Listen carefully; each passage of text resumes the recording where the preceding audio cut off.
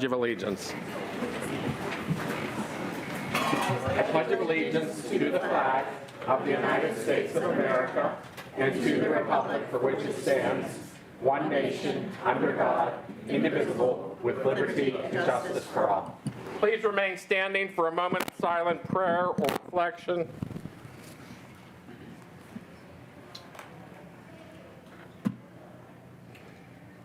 Thank you, everyone. Please be seated. Jared, please take roll. Mr. Adams. Present. Mr. Botta. Here. Ms. Filiaggi. Here. Mr. Fatulis. Here. Mr. Grisbeck. Here. Ms. Hallam. Mr. Klein. Here. Ms. Madonna Emmerling. Here. Ms. Nacarati Chapkus. Here. Mr. Palmieri. Here. Mr. Paul Messina. Here. Mr. Rose. Here. Ms. Schulman. Here. Mr. Walton. Here. President Katina. Here. As of right now, we have 14 members present. Thank you. At this point in time, I'd like to recognize our Chief Executive for her quarterly address. Madam Chief Executive.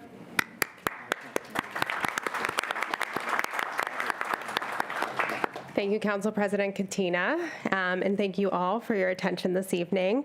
I'd like to begin with welcoming some new members of Council. This is your first quarterly address, so your first experience with our mystery QR code. We'll get to that in just a moment. But just want to extend some welcome remarks. So Councilman Adams, I'm really so pleased that our first collaboration together is to honor our service members in our county. So I look forward to your partnership to move the Mon Valley forward, both in plan form, but also delivering for the people. So thank you for your partnership.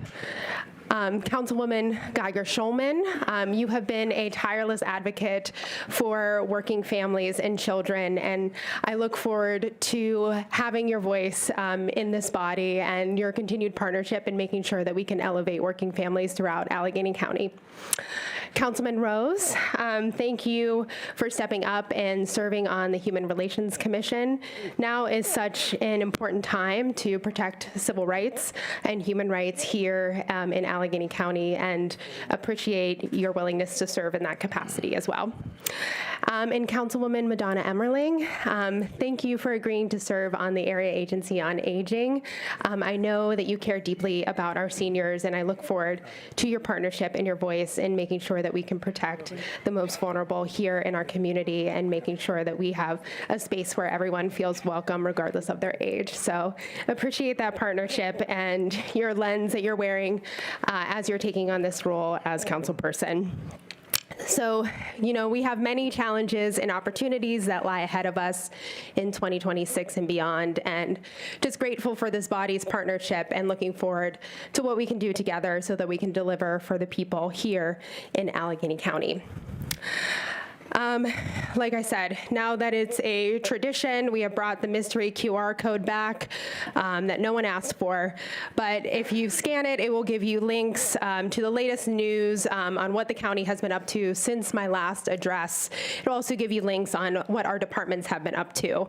But this evening, I will provide kind of a high-level overview of some of the key activities that have been going on the past couple months. So, of course, snow has been the biggest news of the year so far, and I want to thank all of the workers at the county and at the local level who responded to the biggest snow event of the past 15 years. Our Department of Public Works has done an amazing job this winter under challenging circumstances, removing all that snow and ice from 357 miles of county-maintained roads. And if you have any questions about who is responsible for removing snow on the road in your community, you can just scan the mystery QR code, and it will link to Who Plows My Road, where you can learn more. DPW did a great job working around the clock. They worked 12-hour shifts to help clear the roads, and really I want to commend them for their work. In addition to handling our roads, we stepped up to help our neighbors. So County DPW was requested to help plow the entrance of the VA hospital in Oakland because snow was blocking the entrance, so we plowed and salted that area. And then in the wake of the snowstorm, I also declared an emergency for Allegheny County. 37 other municipalities joined behind me, and we were able to assist 18 municipalities who had emergency salt requests. So I want to thank PEMA and PennDOT, who were also responsive and willing to share emergency salt when so many municipalities were facing a shortage in January. So snow has dominated our recent memory, but I wanted to acknowledge a few highlights that happened at the end of 2025 and the work that we have been starting and laying the groundwork for in 2026. An important milestone I want to make sure to note is that we ended 2025 with the lowest number of homicides since the county switched to electronic record keeping in 2007. Homicides were not an anomaly. Non-fatal shootings were also significantly down. I want to thank public safety, police, and human services teams and acknowledge the important work that our violence interruption teams are doing and that we have been funding through our Department of Human Services. I think the data shows how important it is to find community-based solutions and really engage the community when it comes to stopping patterns of violence. Council, I want to thank you for your work in passing the air quality fees. You know, it was a journey that we were on together, but it's so important that we got those fees done because it supports our air quality division, which we know we need for enforcement and to issue permits. And really, this fund sustains that department. It allows us to attract and retain the talent we need in order to deliver for the people of Allegheny County. Through our Economic Development Department, we've made some significant investments to grow our economy. One important success to note is EOS, a clean energy company that is expanding its footprint here in Allegheny County. It's moving its headquarters here from New Jersey, and we love beating New Jersey, and also expanding its manufacturing capacity. It will grow upwards to 735 jobs, all of which will be union, which is really exciting. Economic Development has also committed funds to some important downtown residential projects, so we're thrilled to see several downtown mixed-use and residential projects in the pipeline take advantage of the LRTA that Council passed last year. And our public engagement around our comprehensive plan update, Allegheny Forward, began at the end of 2025, and it's underway now. So there's a survey on our Allegheny Forward engagement page, which you can open up by scanning the mystery QR code. So this plan covers things like economic growth opportunities, infrastructure, housing. So I really hope that you will scan, you'll fill out the survey, and you will lend your voice to the future of Allegheny County. And of course, 2025 wrapped up with a number of positive notes in the housing space.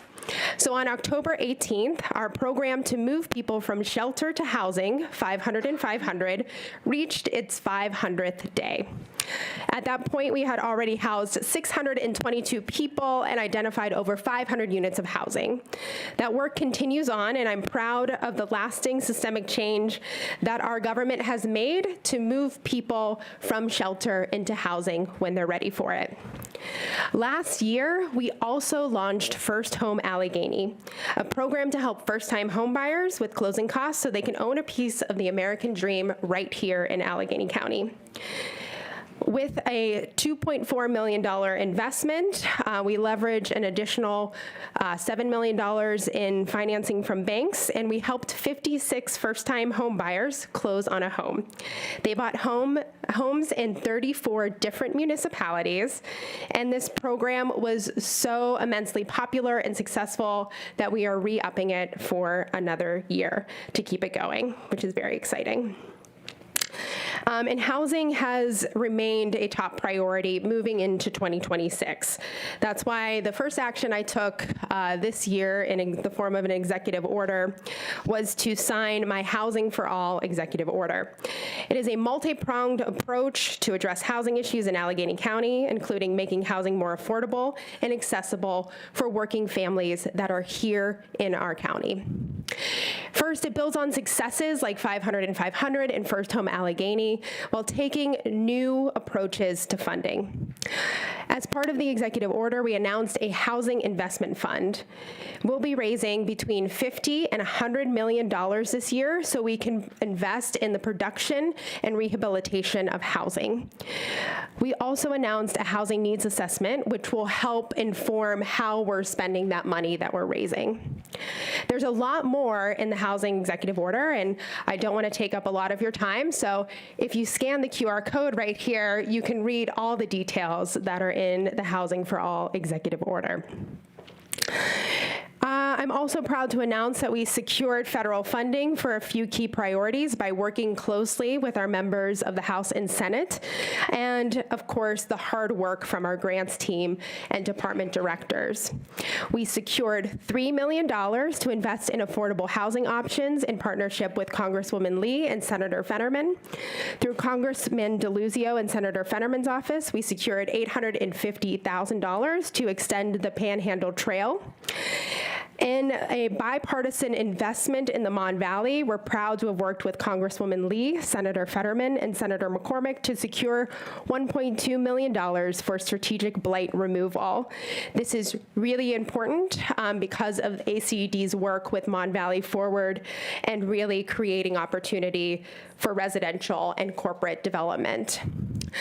And we also worked with Senator McCormick's office to secure $1 million for the Allegheny County Police and Fire Training Campus, which is a critical investment in public safety for our region. But one of the last points I want to address tonight before I conclude is the reason why 100 people have signed up to give public comment. While we welcome the investments of federal money, it's really important to acknowledge the tremendous federal overreach through the Department of Homeland Security and the ICE office right now. We've seen headlines not just in Minneapolis, but here in Allegheny County of our neighbors being plucked off the street. People I know personally have had family members detained, or they have been harassed by masked men who are racially profiling them. This county has and will continue to have a long-standing policy of not coordinating arrests with ICE and do not detain people in our jail who are being held on administrative requests. We will continue to uphold that precedent. Our public defender's office is also working overtime to ensure legal aid to families who need counsel, and we are providing them with that support. We also continue to stand with our immigrant and refugee serving nonprofits, and we thank them for the work that they're doing each and every day to support our neighbors. As a county, we will continue to adjust our response to ICE as conditions on the ground change. I am calling on Allegheny County residents to resist this federal overreach, but we cannot be the aggressors. We must be prepared to respond peacefully, legally, and effectively. In this time of crisis in America, we are not just organizing to oppose federal overreach and to prevent harm to our immigrant and refugee neighbors. We are working to protect and preserve democratic norms. Freedom of expression and assembly, the right to due process, the integrity of our judicial system. Allegheny County will continue to be a welcoming place who loves our neighbors, who values the positive contributions that immigrants have made to our economy and our culture, and celebrates our heritage as a region that was built by immigrants. So the last thing I'll say tonight is I know that council is going to vote on a long-term owner-occupant ordinance, LOOP, as it's affectionately known as. So I want to thank Councilman Grisbeck for your work with our administration to getting that bill in a place where it needs to be so it can be good, actionable policy to protect longtime homeowners and really make sure that we're supporting our neighbors in their ability to stay in their homes. But whether it's public safety or economic development, the services we provide or the ways that we support our community, it is my hope that we continue to move through this year together in partnership with a collaborative spirit that really delivers for all of our neighbors. So with that, I'm happy to take questions. Thank you, Madam County Executive. Are there any questions? You're last. You're last. You go last. You go first. Okay. Councilman Futolas. Not a question. Thank you, Steve Shanley, for your work with the snow removal and your staff.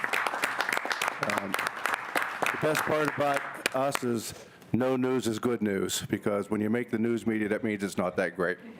We've seen the city of Pittsburgh, and they've always had their challenges, and I think our mayor is doing a great job catching up with our snow removal. So thank you.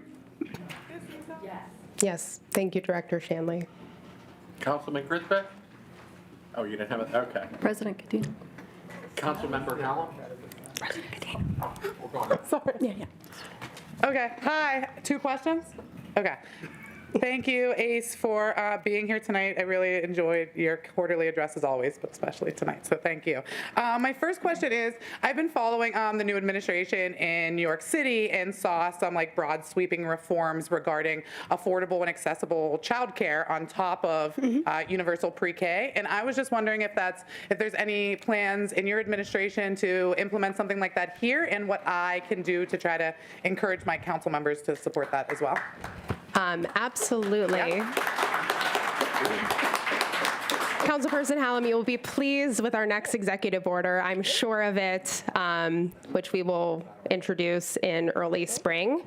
And of course, I know you have an ally in Councilperson Geiger-Schulman, who's been working on this issue for many years. And we're thinking about how we can invest in childcare, how we can support working families, and just generally be a place where people want to live and grow. I think it's the greatest place on earth, but I'm a little biased. Pretty good. Yeah, but thank you for that. I'm really looking forward to that. And then my second question is, of course we know, as you mentioned, there's a lot of people in the audience tonight regarding legislation that's pending in front of us to forbid county cooperation with ICE. And you had mentioned about, resist federal overreach and protect our neighbors. And so if and when that bill reaches your desk, will you commit to signing it?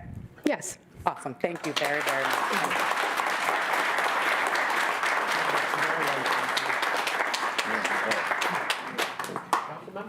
Thank you. Good evening. Thank you, County Executive.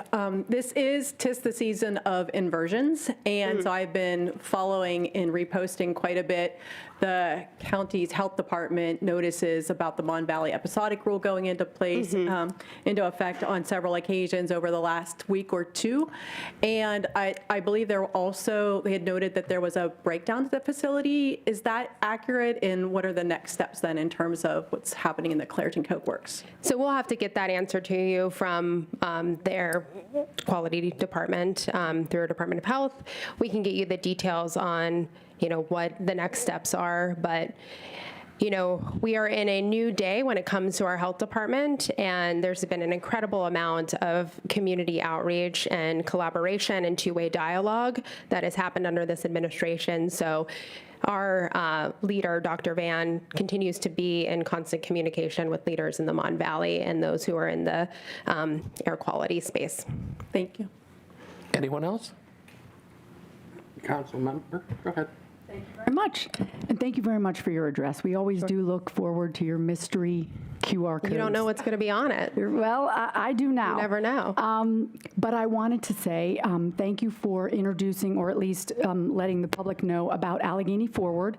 I think that every time you do come in, I have asked you questions about the comprehensive plan and how all of the districts, all of Allegheny County can be included.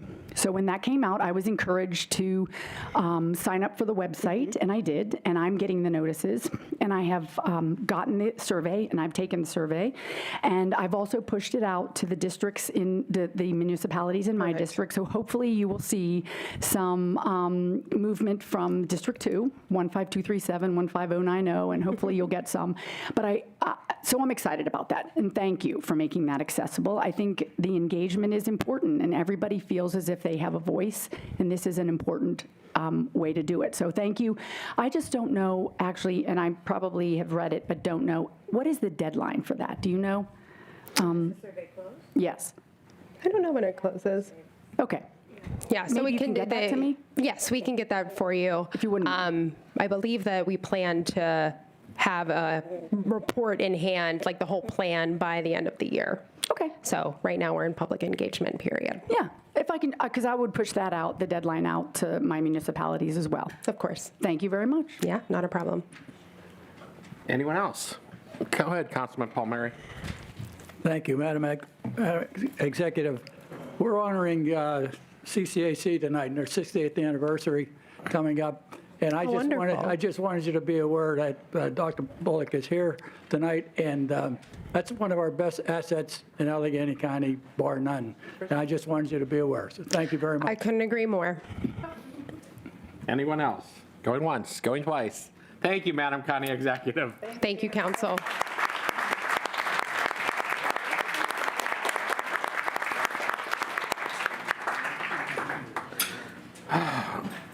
Okay, we'll give a minute for everyone to clear out.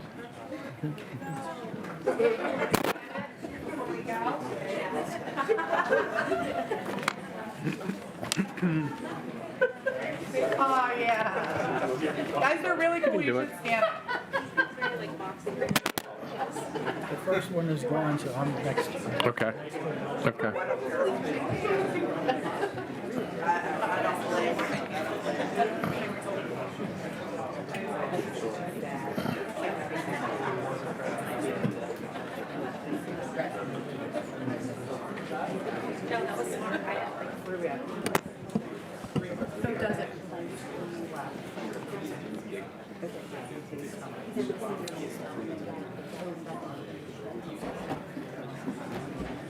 Go ahead, make the motion.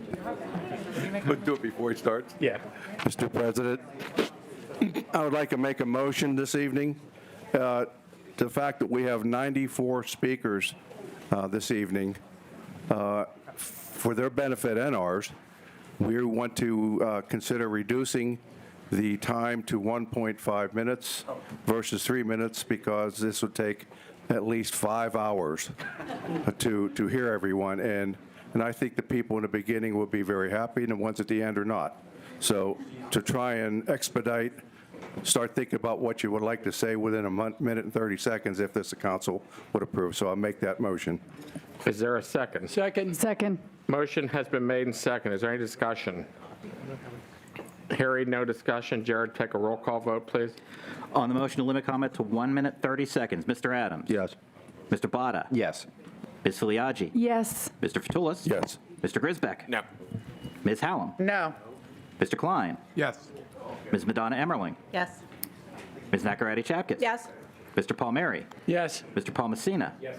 Mr. Rose? No. Ms. Schulman? No. Mr. Walton?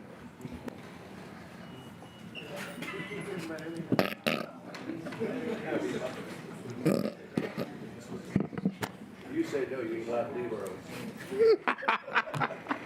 I have to go to a borough council meeting that I have to critically miss. But Nope. President Katina? Yes. Ayes 10, noes 5, the motion passes. Okay. We'll now begin with proclamations/certificates. 13795-26 is being held, so we'll begin with 13797-26. A proclamation recognizing Stone Soborowski for his dedicated service to Whitehall Borough, sponsored by Councilmember Palmieri. Also, before proceeding, please let the record reflect that Ms. Hallam is now present.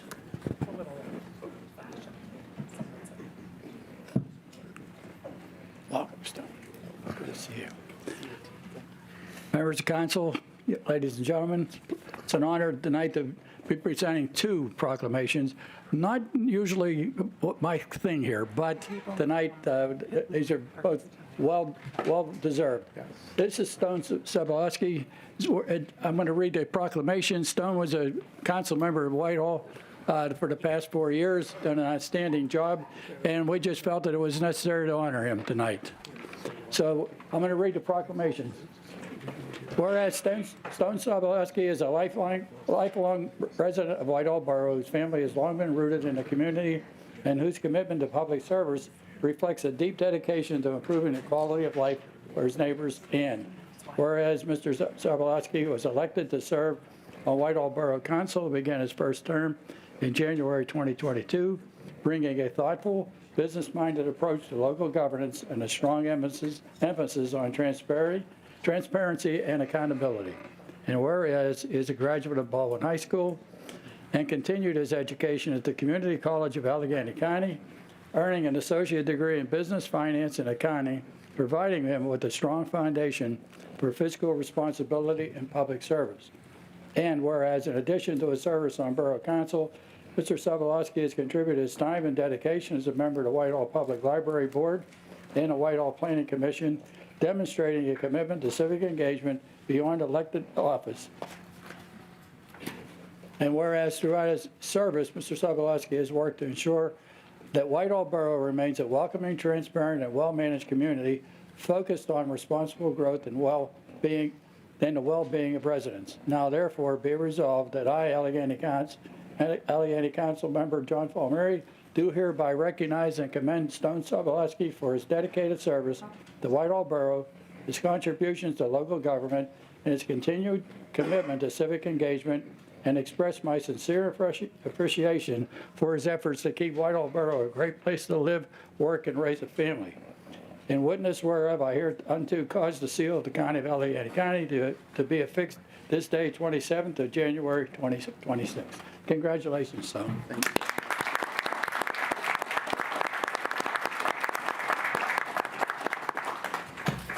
Here's your proclamation. After I drop the paper on the floor, and there we go. Go right ahead, son. Want to say anything? Help yourself. I just wanted to thank County Councilman John Palmieri for this recommendation and all of County Council for your support. This is a great honor, and I really appreciate it. Thank you so much.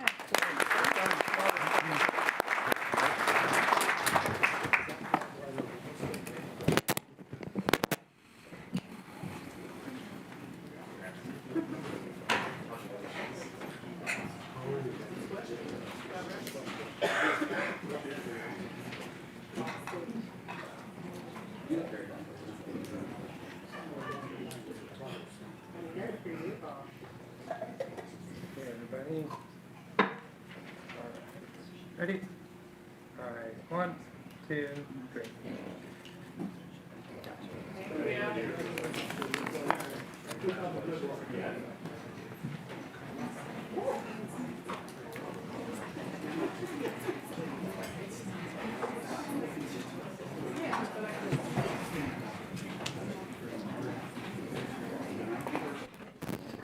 One 3798-26.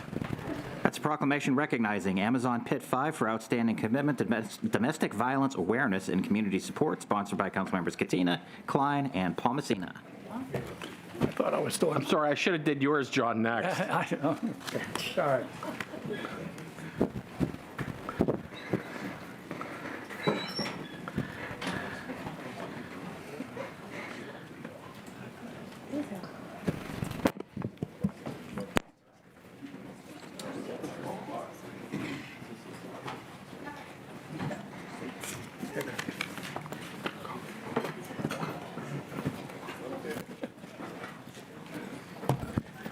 Well, this evening, we recognize the work of the group that is here with us this evening on the domestic violence front. And it is still a scourge in our society, but this is an effort to keep this matter front and center in terms of the attention that it deserves and not becoming lax and fingers crossed and hoping that this is something that really we've moved beyond, because certainly we have not.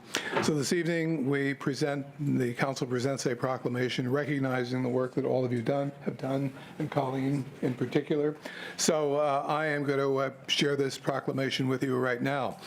Whereas Amazon PITS 5 has demonstrated sustained leadership and compassion through its longstanding support of domestic violence awareness initiatives, working closely with the Bowers family and community partners to promote education, prevention, and survivor assistance.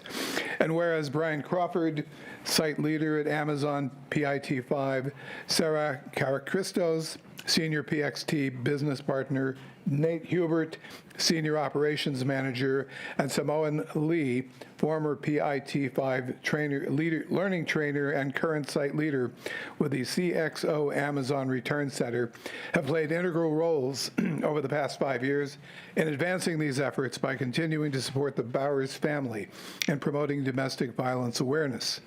And whereas Amazon PIT5 and corporate have implemented internal domestic violence awareness training for employees, which includes the powerful and widely shared story of Colleen Bowers, told in memory of her daughter Melissa, a mother of two who tragically lost her life to domestic violence in 2012, ensuring that education, awareness, and compassion remain central to Amazon's workplace culture.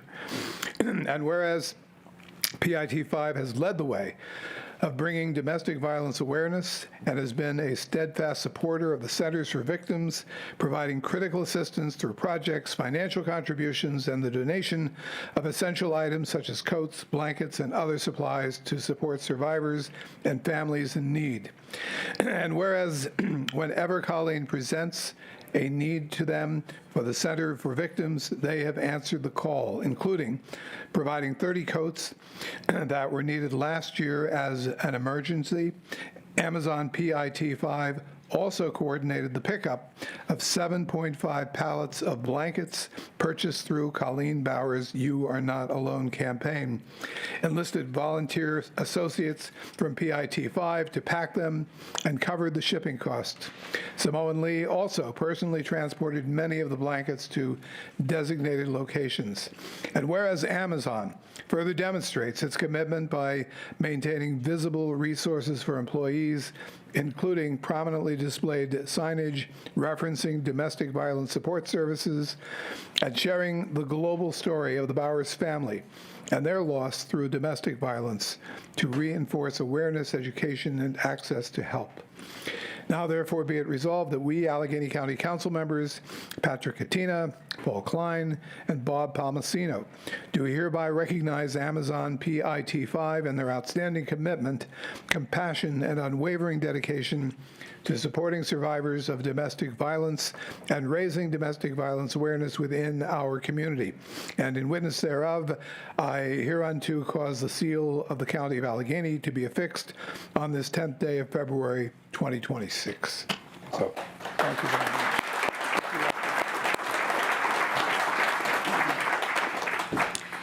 I will make this short, and I'm going to be under 1.5 minutes.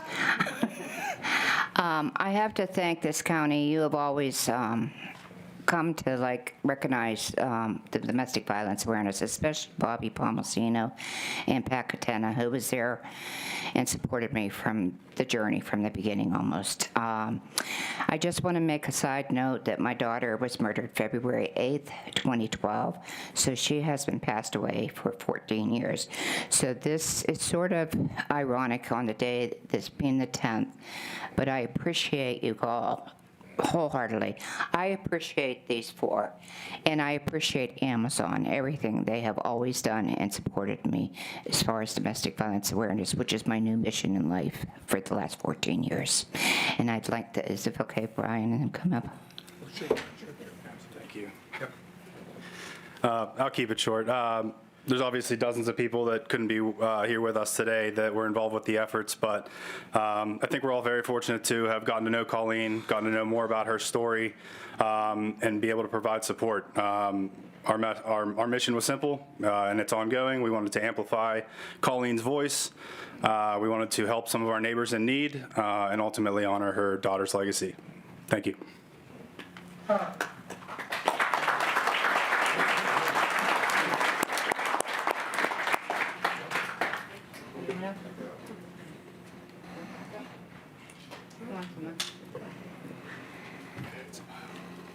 Hi, I'm Simone Lee. I actually want to tell Colleen and the Bowers family thank you for letting us be a part of something so near and dear to her heart.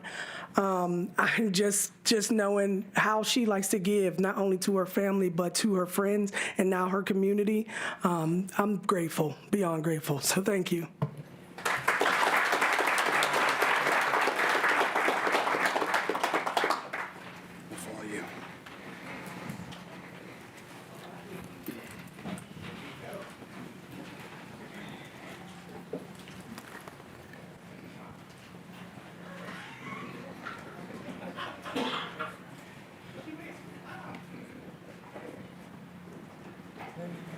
Allegheny. Okay. 1, 2, 3.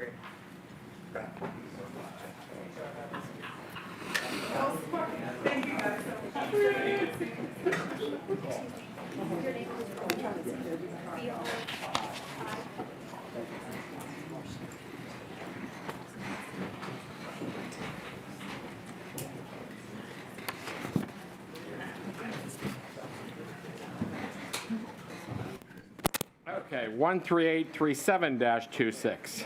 A proclamation recognizing the 60th anniversary of the Community College of Allegheny County, sponsored by Councilmember Paul Mary and all other members of council.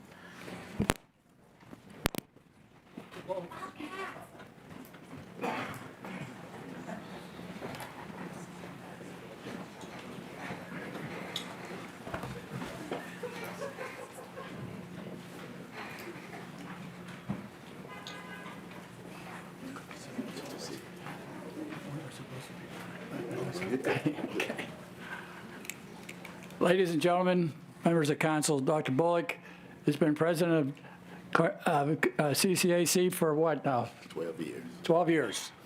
And it just happens to coincide with my time on county, with being a trustee, CCAC. And I just want to, before we read this proclamation, I just want to make a couple of personal remarks. When I came to CCAC, there were 4 different campuses, 4 different presidents, 4 different logos. And when I walked in there, I thought, what? You know, so Dr. Bullock's been a change agent since day one. And I was so happy and proud to be a part of the trustees who have supported and backed him in all of his efforts to make community college the college it is today. One of the best in the Commonwealth, no question about it. So I just wanted to give you that personal note as to, and I want to tell you, ladies and gentlemen, I took a lot of help from the old timers because I was supporting him, and they wanted to know, they didn't want to give their little fiefdoms up, by all means. So, but I'm so proud of the fact that we were able to do that, not just me, but my colleagues on the Board of Trustees. I think we've done a great job in supporting a great man here and a great president.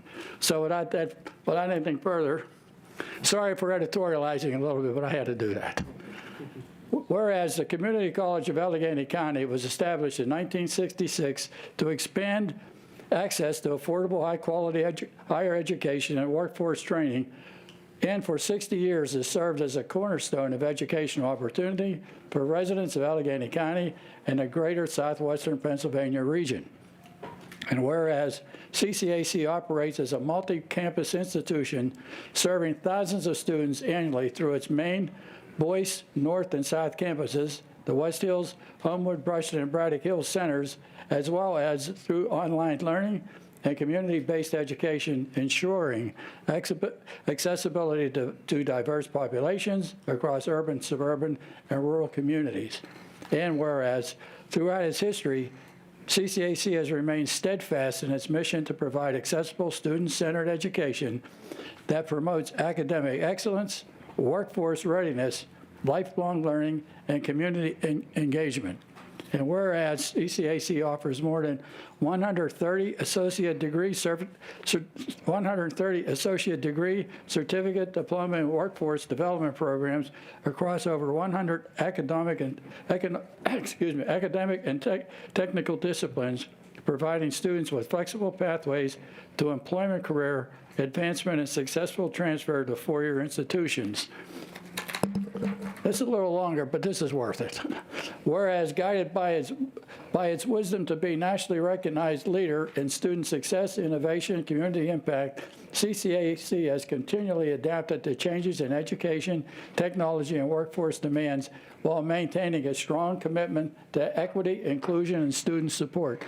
And whereas CCAC plays a vital role in workforce development throughout Allegheny County by partnering with employers, labor organizations, healthcare systems, public safety agencies, and community stakeholders to deliver training aligned with high demand industries, including healthcare, advanced manufacturing, information technology, public service, and skilled trades. And whereas CCA has long served as an engine of economic mobility, opening doors to higher education for first-generation college students, adult learners, veterans, career changers, and individuals seeking new opportunities to improve their lives and support their families.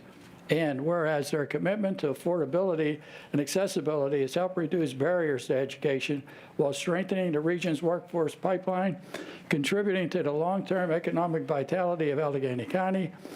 Whereas over the course of 6 decades, CCAC has educated and trained generations of students whose contributions as professionals, civic leaders, healthcare workers, first responders, entrepreneurs, and skilled tradespeople have strengthened communities throughout the county and beyond. And whereas the 60th anniversary of the Community College of Allegheny County represents not only a milestone in institutional longevity, but a celebration of resilience, innovation, and public service rooted in belief that education is essential to individual success and collective prosperity. And whereas this anniversary provides an opportunity to honor the dedication of CCAC's faculty, staff, administrators, trustees, students, alumni, and community partners whose collective efforts have been sustained and advanced the college mission for 60 years. Now, therefore, be it resolved that I, Allegheny County Council Member John Paul Murray, along with all members of council, do hereby recognize and commend the Community College of Allegheny County on the occasion of its 60th anniversary, celebrating 6 decades of educational excellence, workforce development, community service, and express a sincere appreciation for CC's enduring commitment to accessibility, opportunity, and the success of students and communities across Allegheny County. In witness thereof, I hereto cause the seal of Allegheny County to be affixed on this 10th day of February 2026, and I present Dr. Bullock, President of CCAC.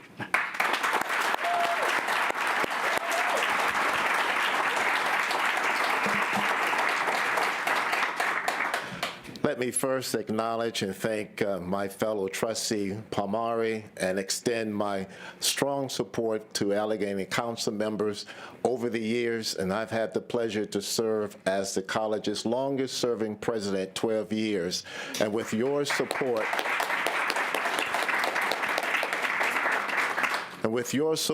and investment in the Community College of Allegheny County, we have positioned the institution to be recognized as an institution of choice that provides access, affordability, and alignment with business industry demands to ensure that the students that come through our doors are provided the necessary tools and skills to exit and go directly into the workforce or seamlessly transferred to a four-year college or university of choice. So I want to thank you on behalf of our Board of Trustees, distinguished faculty and staff and administrators for your ongoing support and investment in an institution that has a solid foundation, and I look forward to I won't be here 60 more years, but for CCAC to be recognized as that institution of choice. So thank you very much.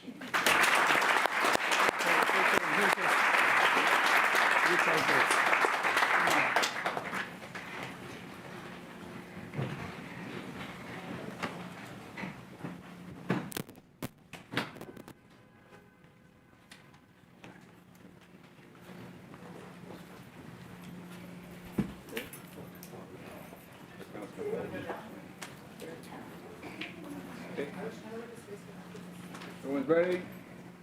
1, 2. Thank you. One more. Ready? Okay.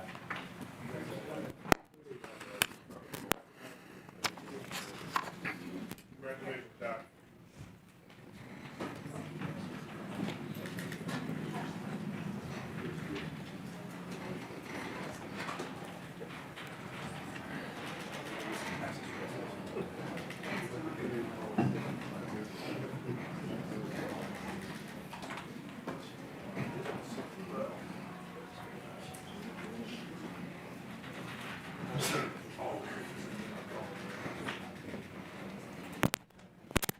The remaining proclamations will be read into the record. 1396-26. A proclamation recognizing Ronald Borzik for his exemplary service as manager of Ross Township, sponsored by Councilmember Madonna Emmerling. 13838-26. A proclamation recognizing and honoring Glenn Kopek for his decades of exemplary service to Allegheny County, the fire and EMS communities, and the residents he faithfully served, sponsored by Councilmembers Nacarati, Chapkus, and Adams.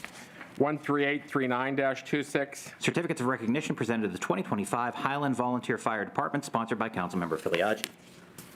Thank you. No, I'll have not public comment on any of the agenda items this evening. We have two. First up is Martin Schmutzer.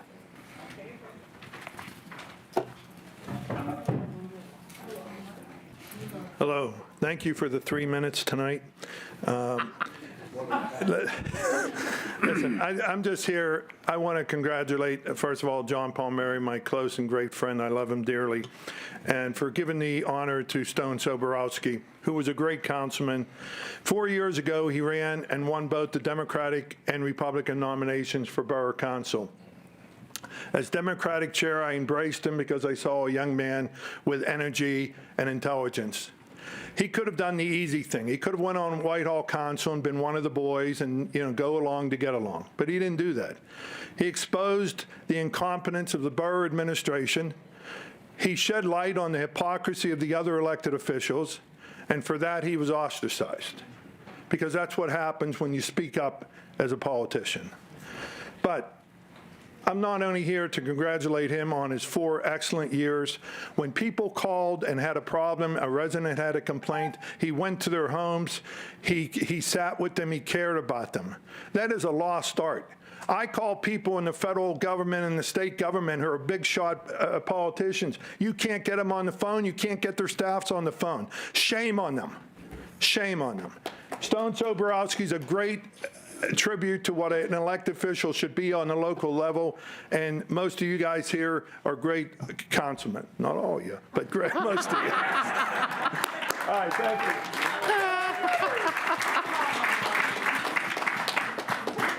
you. Next up is John Hanrahan.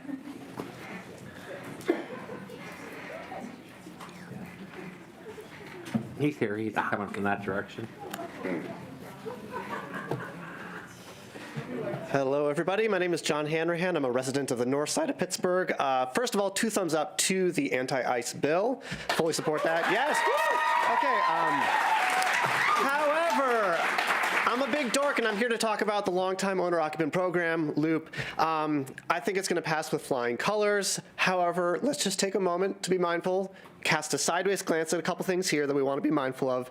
First, considered a long-time owner-occupant under this program includes the owner of a home that they live in with a maximum of 3 residential units, of which 1 residential unit is their residence. So we're giving a tax break to landlords in hot markets. Let's think about that. We might regret that in the future. And then second, the passage that considers the following areas of the county to be areas of deteriorated, vacant, or abandoned homes and properties, all census tracts within the county. Again, I get what we're doing here, but like we've been talking about with LRTA, council members Grisbeck and Bada in the Trib Review, laudably, that might be something that we will look back on with a little bit of a shudder. So consider that. If this is what we need to do to get the regular fair reassessments that we need, so be it. But just consider these things.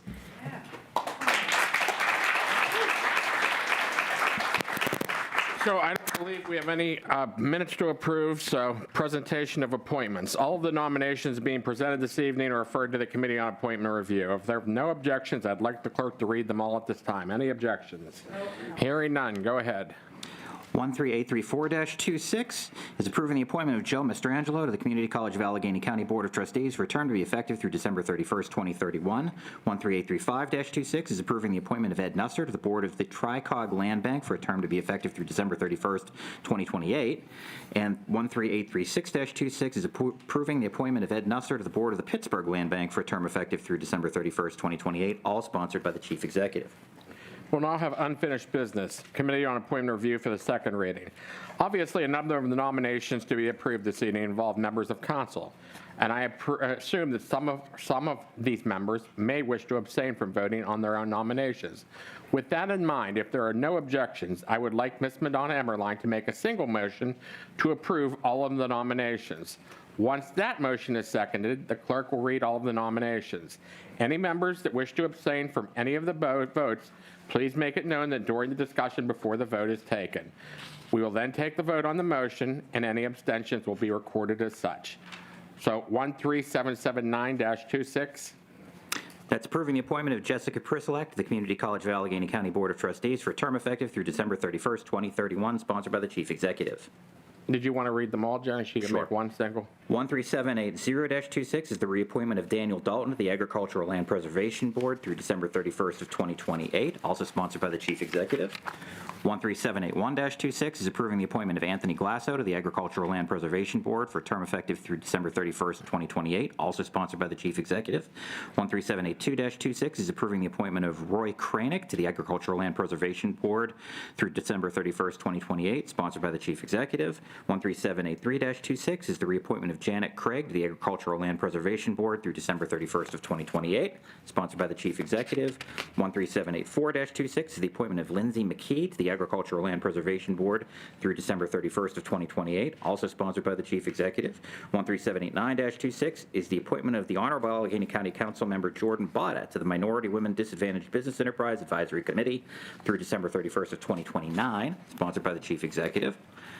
13790-26 is the appointment of the Honorable Allegheny County Councilmember Alyssa Geiger-Schulman to the Allegheny County Conservation District through December 31st of 2026, sponsored by the Chief Executive.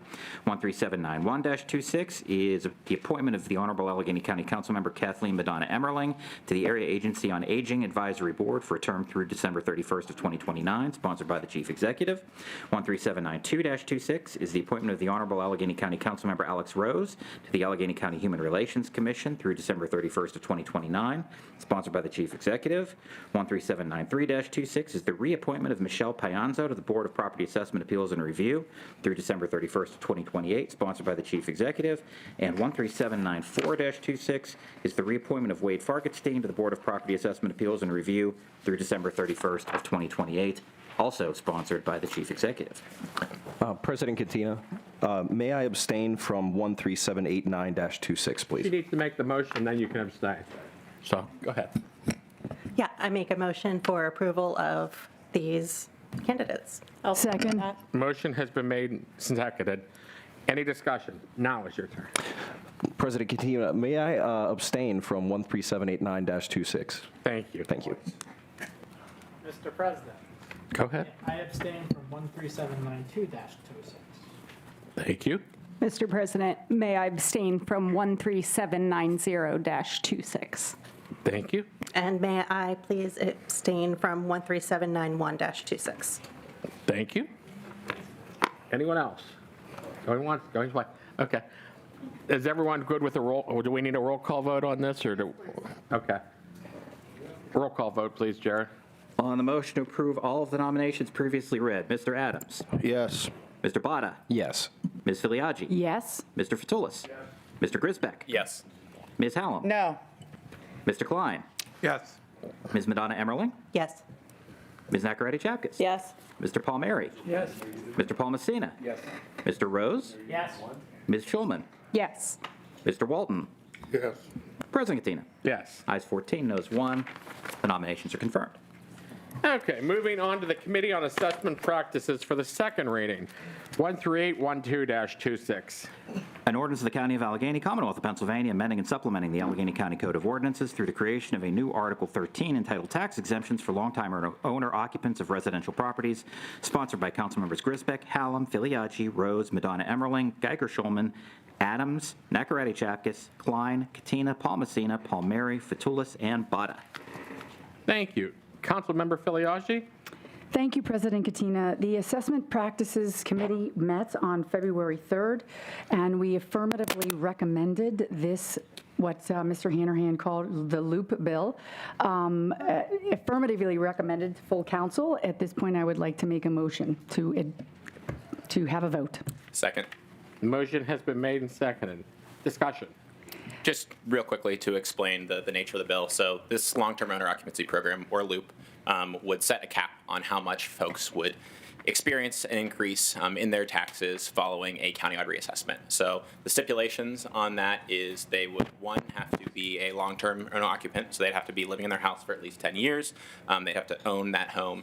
They would have to have an AMI, or area median income, for their household that falls at or under 125%. And then they would also have to have a tax increase that is at least 35% following reassessment. I know a lot of people think in general that that's going to be a lot of people. It's actually quite a small amount. Going to use this opportunity to educate on countywide reassessments because I think it's probably the most important thing that we have in front of us. We don't talk about it near enough. So following a countywide reassessment, whenever the assessed values of all of your homes would increase. So say your home's currently assessed at $100,000, it jumps up to $200,000. That happens all throughout the county. Let's say the total amount of assessed property in Allegheny County goes from $100 billion to $200 billion. We'd think, okay, well, county revenues are going to double now, right? We're going to get this huge windfall in money. That is not allowed to happen based on PA state statute. So there's an anti-windfall provision. After that increase in assessed value happens, we would have to cut our millage rates in half. So en masse, the county would be paying the same exact total amount in taxes. Now, there would obviously be winners and losers, right? Some people are having their homes assessed, at a higher rate, right? Their homes have been increasing in value at a higher rate. Some have been increasing at a lower rate. What this program would do is for those folks who would have their homes increasing at a much higher rate, and again, would only fall up to 125% of area median income, the other stipulations I laid out, they would be capped at a 35% tax rate increase in year one. Basically, the thought process there is we know that a countywide reassessment is coming. It's a matter of when, it's not a matter of if. I am personally of the opinion that we should be doing that sooner rather than later on a regular basis. However, whenever that time comes, I think it's very important that we make sure that folks who are most vulnerable to the increases that we will see in some cases are protected. And that is what this bill would do. It would serve to protect those folks who are seniors on fixed incomes, have lived in their community for 30 or 40 years, have seen it become gentrified around them, like Mr. Hanrahan alluded to. They would be the ones that would be protected. I'd like to answer one of Mr. Hanrahan's concerns was, okay, well, it applies to the whole county, right? So aren't we concerned about folks in Upper St. Clair, for example, that I represent, that is not a gentrified community? It's a community that has always had high property values. We really don't want those folks to be causing the rest of our taxes to be higher as a result of them getting a tax break. The nice thing about that is there's a uniformity among individual taxing bodies, right? And so what we see throughout the county is that Upper St. Clair or Mount Lebanon, I'm just going to use districts specifically within areas within my district, are not seeing as rapid percentage increases as we are in areas like Lawrenceville. And so that concern, I believe, will be met by this legislation. It'll also prevent us from being potentially sued in the event that we pick and choose arbitrary designations on certain municipalities that are included in LOOP. By including all of Allegheny County, there's really no incentive for folks to sue us based on their area not being arbitrarily included in the overall bill. So happy to answer any questions. I know there's a lot of information, and we had some really great discussion in committee as well on this. Thank you. Anyone else? Yeah. Go ahead. Councilman Walton? While I fundamentally agree with the spirit of the legislation, the devil's in the detail. And as I shared and I vigorously debated in committee, the concern that limiting that consideration to those that only are generating 125% of AMI is not substantive enough. Because when you look at AMI, it's median. And I believe that it should be significantly more to address those individuals that are earning or generating reasonable kinds of income, but given the practical realities of what we're facing every day, that that AMI should receive a higher consideration. We know that Alcosan bills have doubled over the last 5 years and that they're going to continue to double. We know that Duquesne Light's rates have increased substantially over the past years, and they're seeking a rate increase as we speak. We know that PWSA is seeking a rate increase. We know that those issues are very real, and that those individuals that are generating 126% AMI, 130% of AMI, should not, or 140% of AMI, should not be penalized or limited in their ability to take advantage of that legislation. And we also know that when the assessment does occur, that there's going to be inequities in the assessment, and there's going to be a host of challenges that we're going to be confronted with as a result. So all I'm saying, as I said in committee, I have no problem being on an island. I'm going to do what I believe is principled, honorable, and the best thing for the folks that I represent or hope to represent. So I think we should send this back to committee and address those concerns that I raised. Thank you.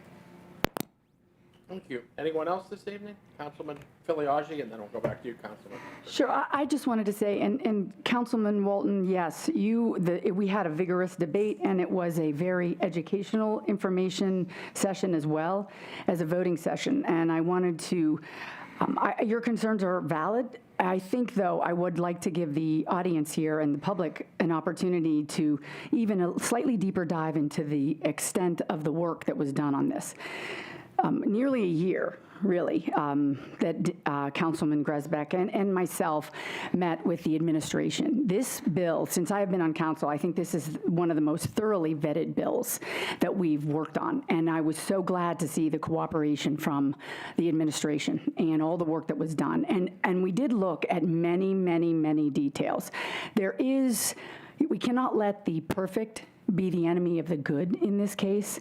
But what I want to assure, I want to assure you, Councilman Walton, as well as Councilperson Madonna Emmerling, you brought up a very good point about the communication of this bill and how we make sure that no one who is eligible for this bill doesn't get notice of it. Okay, that is going to the communication part of it, that we get out there to all of these people who become eligible, and we're committed to that communication piece as well. But I'm also heartened to know that this committee that we were on, as well as this council, when and if this does happen, we have set up a model as well as a system to meet those challenges that you're suggesting are going to happen. I agree. There are going to be additional challenges that we haven't thought of when the reassessment comes into place. But I think that this group of people and the committee itself, that the fact that it even exists, is the venue with which we can use to make those adjustments. It's the collaboration, everybody's smart, and they want to make this happen. There's no one standing at their own corners, folding their arms and not willing to talk. We can still continue to evolve this process, and that's what I think is going to happen. So I encourage everyone to vote yes on this. Councilmember Griswold? Good. Councilman Walton, anything else to add? All I can say is when chickens come home to roost, if I'm still part of this council, I will sit here and say, I told you, I told you, I told you. Thank you. So at this point in time, hearing no other comment, Jared, please take a roll call vote. On the motion to approve, Mr. Adams? Yes. Mr. Botta? Yes. Ms. Filiaggi? Yes. Mr. Fatulis? Yes. Mr. Grisbeck? Yes. Ms. Hallam? Yes. Mr. Klein? Yes. Ms. Madonna Emmerling? Yes. Ms. Nacarati-Chapkus? Yes. Mr. Palmieri? Yes. Mr. Paul Messina? Yes. Mr. Rose? Yes. Ms. Schulman? Yes. Mr. Walton? Resounding yes. President Katina. Yes. Ayes 14, noes 1, the bill passes.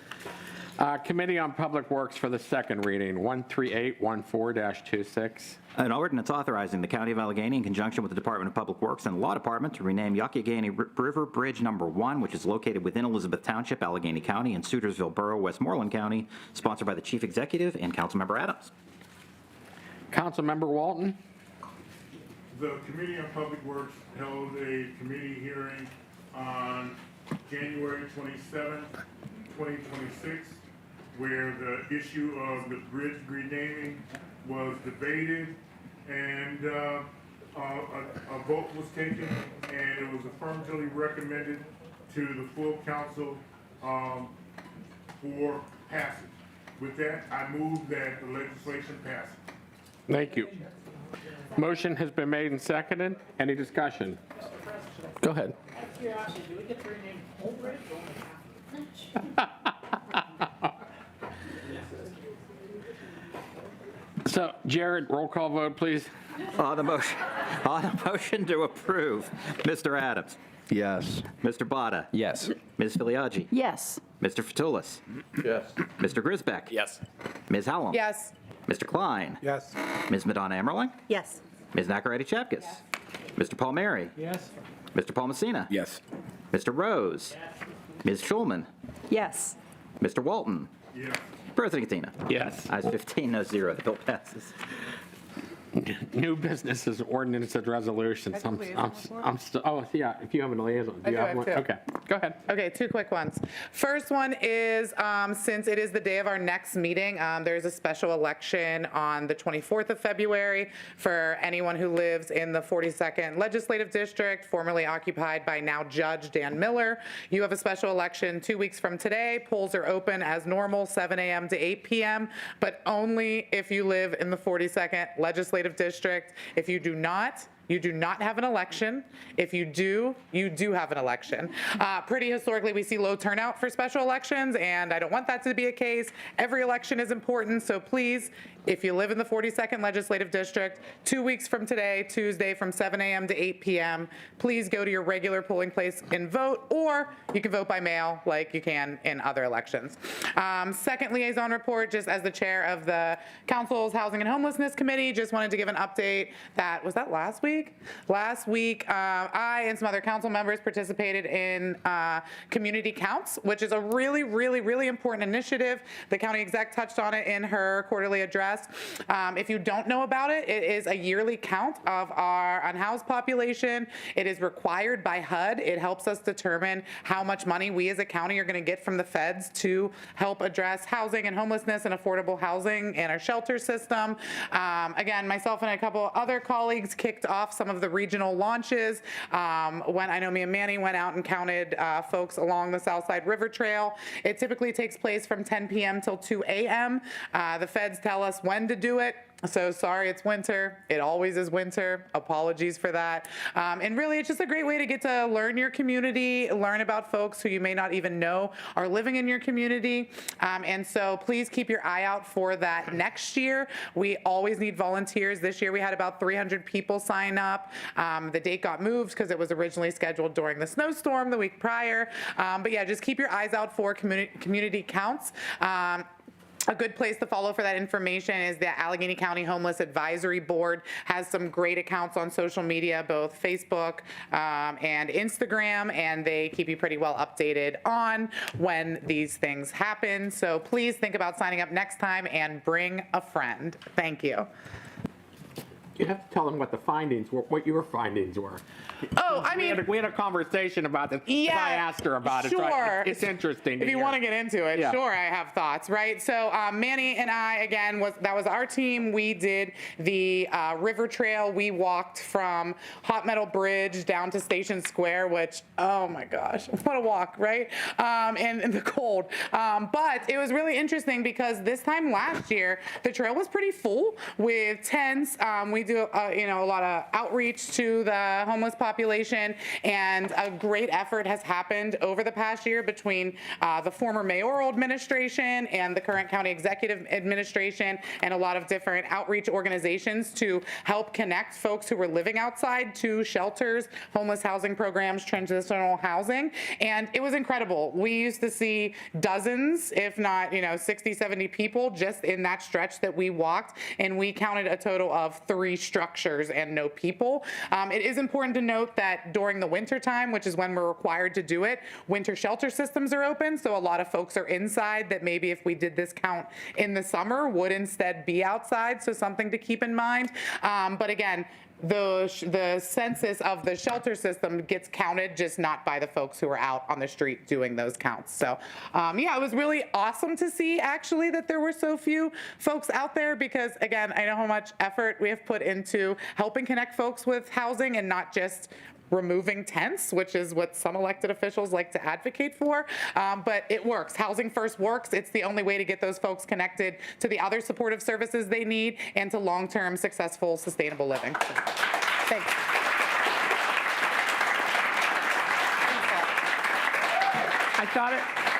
I thought it was important. Obviously, what she said at the beginning part of her speech was important, but obviously the second part of her speech, which I reminded her to talk about, was really the most important piece that I thought people should know about. So thanks, Bob. You're welcome. Anyone else for liaison reports? Okay, no other liaison reports. We'll move on to new business ordinance resolutions. 13640-26. A resolution of the County Council of Allegheny County dissolving the Clinton Commerce Park Phase 2 Tax Increment Financing District and authorizing related actions, sponsored by the Chief Executive. Okay, that will go to the Committee on Economic Development and Job Creation. 13841-26. A resolution of the County of Allegheny amending the grants and special accounts budget for 2026, submission number 01-26, sponsored by the Chief Executive. That will go to the Committee on Budget and Finance. New business motions, 13815-26. A motion of the Council of Allegheny County adopting version 2026.1 of the Rules of Council and repealing all previous versions of such rules in their entirety, sponsored by Councilmembers Palmieri, Katina, Fatulis, Palmosina, Nacarati Chapkus, and Grisbeck. Councilmember Palmieri, would you like to make that motion? Yes, I would. Okay, is there a second? Second. Motion has been made and seconded. Discussion? Mr. President? Go ahead. I'd like to introduce Amendment Grisbeck 1. Go ahead. To make that motion. Second. Grisbeck 1. It's going to be distributed, so. You all right if I talk about it now? Yeah. So all Grisbeck 1 would do would be change back the change that we made in this Rules of Council to allow committee meetings to be held at 3 o'clock in the afternoon instead of requiring them to start no earlier than 4. County Council is already a very difficult venture for people who have jobs during the day, who have families, who have a lot of other obligations that they need to attend to. So in order to continue to allow this to be something that's more viable for folks, I'm moving that we don't start meetings earlier than 4 o'clock. Anything else? I just want to alley-oop off what Councilman Grisbeck said, because I think also for public participation as well, like I know a lot of Ians have jobs as well, and maybe want to start coming to committee meetings as well. And so I'm very supportive of this, and I will be a yes vote. Yeah, I'd like to speak in support of Grisbeck 1. Initially, I thought, it'd be great, we'd get out sooner. But upon thinking, I usually come from work in Oakland, and it takes 45 minutes, which would require me to leave work at 2:15 in order to make a 3 o'clock meeting, which is really pushing it. And I think it is for a lot of people here. Okay. Anyone else? Hearing no. We have to have a vote on the motion to amend. Yes. So we have a This is just on the amendment. Okay. On the motion. So you want a vote on the motion to amend? Yes. Okay. So does someone want to make a Didn't we already have a second on the floor? Second. I did. Done. So Fred, what are you asking for then, or are you asking? Vote on the motion to amend. Oh. And then we vote on the amended motion. Okay, I thought you were asking to motion for a motion to amend the agenda. No. Okay, because I thought we had already made the motion. Okay. Okay, so go ahead. On the motion to adopt Amendment Grisbeck 1, Mr. Adams? Yes. Mr. Botta? Yes. Ms. Filiaggi? Yes. Mr. Fatulis? Mr. Grisbeck? Yes. Ms. Hallam? Yes. Mr. Klein? Yes. Ms. Madonna Emmerling? Yes. Ms. Zachariah Chapkus? Yes. Mr. Palmieri? Yes. Mr. Palmasina? Yes. Mr. Rose? Yes. Ms. Schulman? Yes. Mr. Walton?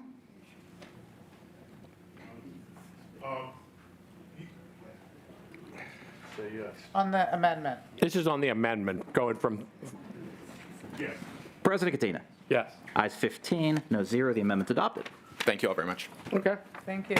So at this point in time, is there a discussion on the approved, or on the approved motion with the amended, as amended? Specifically, I have specific concerns about the proposed changes to the tax increment financing issue, the LRTA issue. I see no logic, I see no reason, I see no justification for these proposed changes. Any data that the chairman of the Economic Development Committee deems appropriate, that any developer that they believe the developer needs to bring to the committee, they can demand specifically that an individual asking for any consideration, they bring and put forward. And if they don't, they have the ability to table that meeting till they bring that material forward. There is no justification whatsoever to bring this forward. So, Go ahead, Councilman. Yeah. go ahead. Yeah, I just want to speak in favor of the changes to the rules in council in general. I think that the LRTA process has been council as a whole shilling for developers and trying to give them tax breaks while not focusing on the average residents who end up bearing the brunt of the burden when we give tax breaks to developers. And there has been very little information in all my years on council of anything regarding the LRTAs and TIFs. We are expected to rubber stamp a blank check for these developers, every single one that comes in front of us, with very little attention given to it. So I think that any authority that we can give to this process to make sure that we are doing this with a clear mind and with the residents of the county at the forefront, as opposed to those developers in wealthy corporate interests, is something I'm going to vote for every single time. So I'm really excited to vote for it. With all due respect, what I just shared was not discounted by Member Hallam. She did not say what I was saying was untrue. I wasn't responding to you. But you were ignoring. She was ignoring the facts. If the committee chair deems any information is appropriate prior to making a decision, they can demand that information is brought forward. That is no different than what just took place with the proposed LRTA in my legislative district, the Hill. That there was a proposed LRTA, and we demanded, as a committee member, that information was brought forward. We demanded that that proposed developer limit future activity. And until they brought that information forward, until they committed to those limits, we weren't going to move. Chairman Betkowski agreed with my position, and that LRTA was not moved. So the ability to address those issues in a constructive and meaningful way exists. And to put this again, this is another attempt to hornswoggle and hoodwink people. And so I respect the right of people to disagree and to debate. But I know how the process works. I've been on council, I've chaired economic development, and I've made demands. And so, again, to do this is a disservice to the people that we represent. You guys are going to make a decision, but I do believe firmly and fervently that at some point the chickens are going to come home to roost, and you should think before you leap. I'm done. Thank you, Councilman Walton. President Katina, if I may. Hold on 1 second. I believe at not the last council meeting, the meeting where we had the LRTA approval, I heard from pretty much the majority of members that we needed to make changes. I mean, Councilman Klein, Councilman Grisbeck, Councilman Botta, Councilman Nakaradi-Chak, Councilman Palmieri, Councilman Rose, that something needed to change, and our staff immediately went to work on this. And this is really no different than what we had in there previously. It's clearly informational purposes only. It has no outcome on what happens with the LRTA. It's basically just requiring information for to be given to us. So I don't know what the problem is with just having informational information. I mean, is there a problem with that? Mr. President, we disagree fundamentally. Okay. We disagree philosophically. I recognize, I sit here and recognize that I am in a minority position on this council. But being a minority and being in a minority does not mean that I am going to vociferously advocate for what I fundamentally believe and am committed to. I am going to do what I believe to be in the best interest of Allegheny County and the people that I represent. And I'm going to do that regardless of what anybody position. So take the vote. I'm going to lose. I recognize that I'm going to lose. But losing, as many of my heroes throughout American history have fought losing battles, but we fought nonetheless. But I don't want you to have to feel that like you're on a losing team. Hey, look, I do what I believe is right. Okay. No disrespect. Okay. No disrespect. We may disagree. We may fundamentally disagree. But and anybody on council knows that I will stand alone and not worry about standing alone, because I'm going to do what I believe is in the best interest of the people that I represent and the people of Allegheny County. And the hell with the consequences. I respect your opinion, so thank you, Councilman Walton. Councilman Botta, go ahead. Thank you, President Katina. Just to make things perfectly clear, this is simply for informational purposes. This is to allow developers to come in and give us information that we would otherwise not be privy to. And as the chair of the Economic Development Committee, I'm just going to do it anyway if this bill fails, which I don't believe that it will. So this is all about transparency, and that's it. That's the end of the story. Councilman Grisbeck? And as President Katina alluded to, there was a very clear precedent in which we did not get this information that we were requesting in the most recent LRTA that we voted on. We didn't get it during committee, and we still proceeded with the vote anyways, despite having no data whatsoever provided to us that this developer needed the LRTA in order to make the project economically viable. We granted them the LRTA anyways. We gave them a tax break with your dollars anyways, and then they proceeded to now turn around and attempt to remove the affordable housing component of that LRTA, right? And so I think even that end part aside, the beginning part was we clearly requested information. Everyone in committee acknowledged that we were not getting that information, but then we proceeded with the critical piece, without the critical piece of information anyways with the vote. I actually disagree with Councilwoman Hallam here a little bit. I think that we actually should be giving tax breaks to developers in some cases when they need it in order to make the project happen.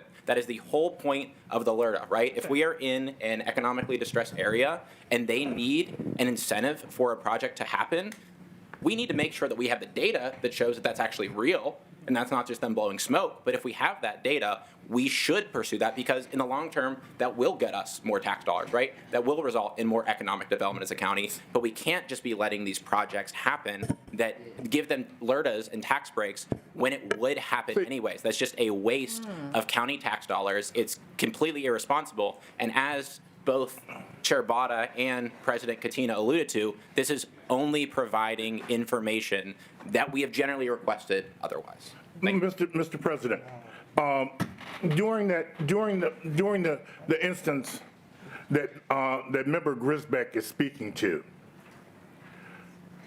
if he believed that the chair of the Economic Development Committee ignored the concerns that were raised, he had the ability through parliamentary procedure to challenge the decision of the chair. The second thing is that in our debate about that specific LRTA, we asked the question, did they meet the legal obligations that are spelled out by the law? They did. That was the question. That was part of the issue. And it was clearly determined that they met the legal obligations. So I know that on the one hand, it can be said that what they're trying to do is change the law. I can understand. I can debate that. I can debate that. The merits and the value of the law. But again, I believe that the process that is in place is adequate and is representative of what needs to take place. And so I'm with the vote. My vote is no.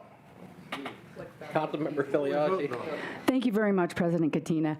I would also like to further Councilman Grisbeck's comments. I was at that same meeting, and yes, 3 days ago, we just read in the paper that Walnut Capital is asking once again to be exempted from the affordable housing component. And that meeting, for those of you who weren't there and in the public, the only people there were 2 representatives of the administration. We did not have the developer. It wasn't exhaustive. And I'm not on the committee, so there are certain concerns I couldn't raise as a voting member of that committee, but I was very concerned. And I was also concerned with actually the lack of information that the administration had. We asked those questions, and other than it being legally viable, they couldn't answer anything else. We didn't even know if the project had started. And I will tell you, I'm not familiar with that area, so I didn't know. But lo and behold, if you read the article, it's been going on for a year. They didn't need this money, and now they're going back again on their word to have the affordable housing component. And I think those are questions that council members will ask. Maybe the administration doesn't care, but we do, and I think enough of us on this council today care, and I think that should be included, and I'm all for this rule change. Thank you very much. One of this council's few enumerated responsibilities is to provide oversight to the people's government, and that is hard or impossible to do without information. It's also a responsibility of this council that I feel has been advocated very frequently in the past. It's something I hope that this term, these next 2 years ahead of us, that we take a big step forward in actually executing those responsibilities. So I am all in favor of getting more information, because you can't provide oversight if you don't know what's going on. One of the reasons I'm in favor of codifying this is that it's not just for today, when we have someone like Chair Walton in the seat who will be demanding this. We don't know what will happen in the future, and we don't know who will be chair of economic development. Sorry, Councilman Bada, sorry. Public works and public safety. It's important that the rules apply to everyone, no matter who's elected and in these seats. And if we agree that we care about transparency here and getting the information shared regardless of who's in charge, this is the way to do it. Just to finish up, I think that, just to make things perfectly clear, they are following the letter of the law, according to the LERTA process. But I think it's time that they started following the spirit of the law as it was written. Yeah. So. President Katina, I would like to deal with the roasted chickens and call the question. Thank you. On the motion to approve 13815-26 as amended, Mr. Adams. Yes. Mr. Botta. Yes. Ms. Filiaggi. Yes. Mr. Fatulis. Mr. Grisbeck. Yes. Ms. Hallam. Yes. Mr. Klein. Yes. Ms. Madonna Emerlin. Yes. Ms. Nacarati Chapkus. Yes. Mr. Palmieri. Yes. Mr. Palmasina. Yes. Mr. Rose. Yes. Ms. Schulman. Yes. Mr. Walton. On the island, no. President Katina. Ayes 14, noes 1. The bill passes as amended. Okay, so notification of contracts, 13842-26. Communication summarizing approved executive actions for the month of January 2026. Is there a motion to receive and file? Motion. Motion has been made and seconded. Any discussion?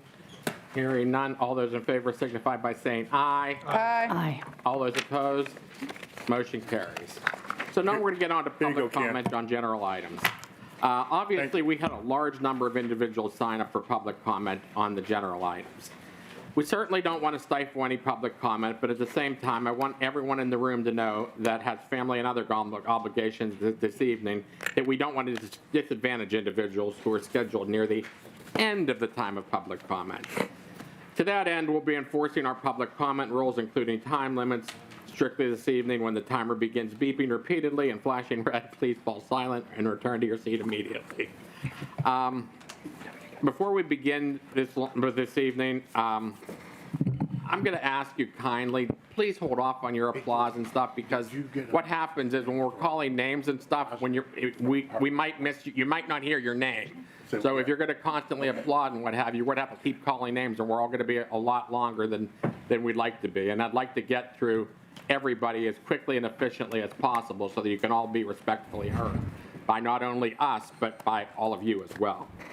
So at this point in time, let's line up the first 5 speakers. Mr. President, I'd like to make a comment before public comment starts, if I may. Yes, go ahead. As anybody does not know in this room, the comment is from our previous meeting, currently within the Committee of Public Safety, which I chair. So to note on that progress and process for everyone right now, I just have a short statement here, and that the Bill 1380926 is presently under consideration by the Public Safety Committee. A formal request has been made for the solicitor to conduct a legal review of its legislation in its current form.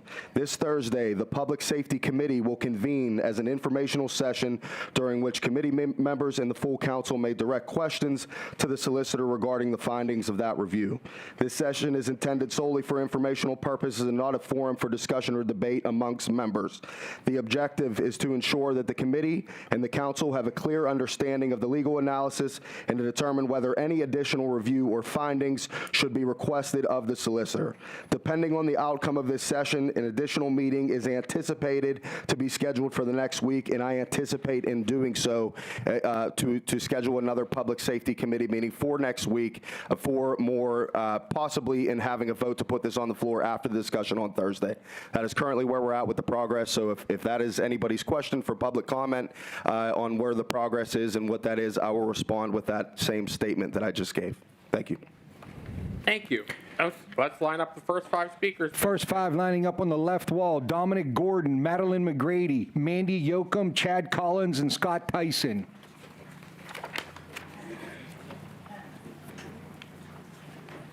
Gets too much.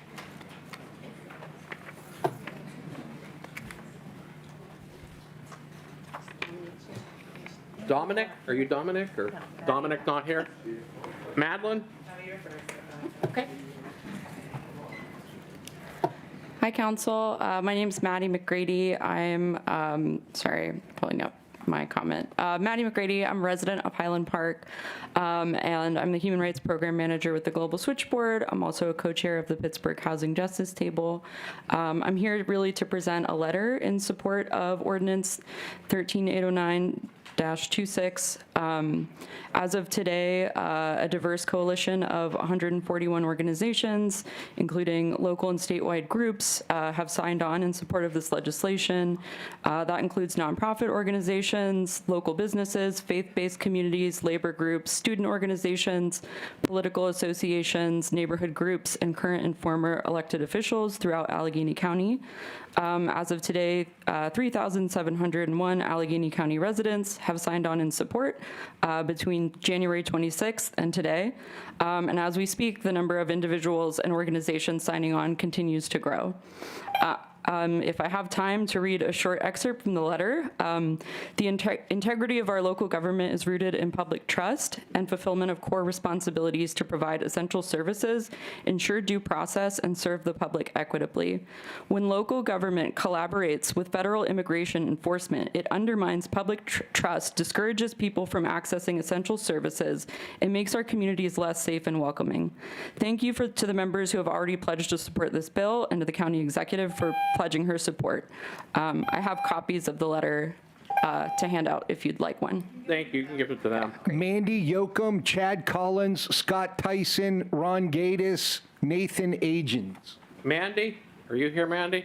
No? Okay. Tanisha Long, Tracy Baton, Elliot Scringer, Jeffrey, I'm not going to pronounce your last name, I apologize, and Megan Guidi. Tanisha, the floor is yours. Yay. Tanisha Long, Crafton Heights. Y'all know me by now. I would like to acknowledge the fact that over 90 people signed up to give public comment on this issue. And of those 90 people, those are 90 people who felt safe enough to give their name and address to council. That doesn't include our undocumented neighbors who couldn't be here or who didn't feel safe enough giving that information. I think it's important to note that safety comes from being residents. And we have a responsibility to protect our neighbors, not just our residents. This legislation is not radical. It is not asking council to do something that is super unique. It's asking them to make sure that county employees behave as county employees and not agents of the federal government. It is asking that county employees use our county tax dollars to perform the duties of county employees and not overreach and aid the federal government. That's not a big ask. That's not a revolutionary ask. That's not a radical ask. This is a human rights issue that has been politicized. And because it has been politicized, we now have to seek help from our government to intervene, which is you, county council members. And I stand here for the residents and the neighbors who cannot be here because we have to give that information, because they're afraid that ICE agents will be outside, because they're afraid that some people like sheriffs or other county employees may tip off ICE agents to their presence. So while the county council cannot do what we need them to do, which is abolish ICE, they can do what they can do, which is intervene and do the bare minimum. Thank you. Thank you. Tracy, Elliot, Jeffrey.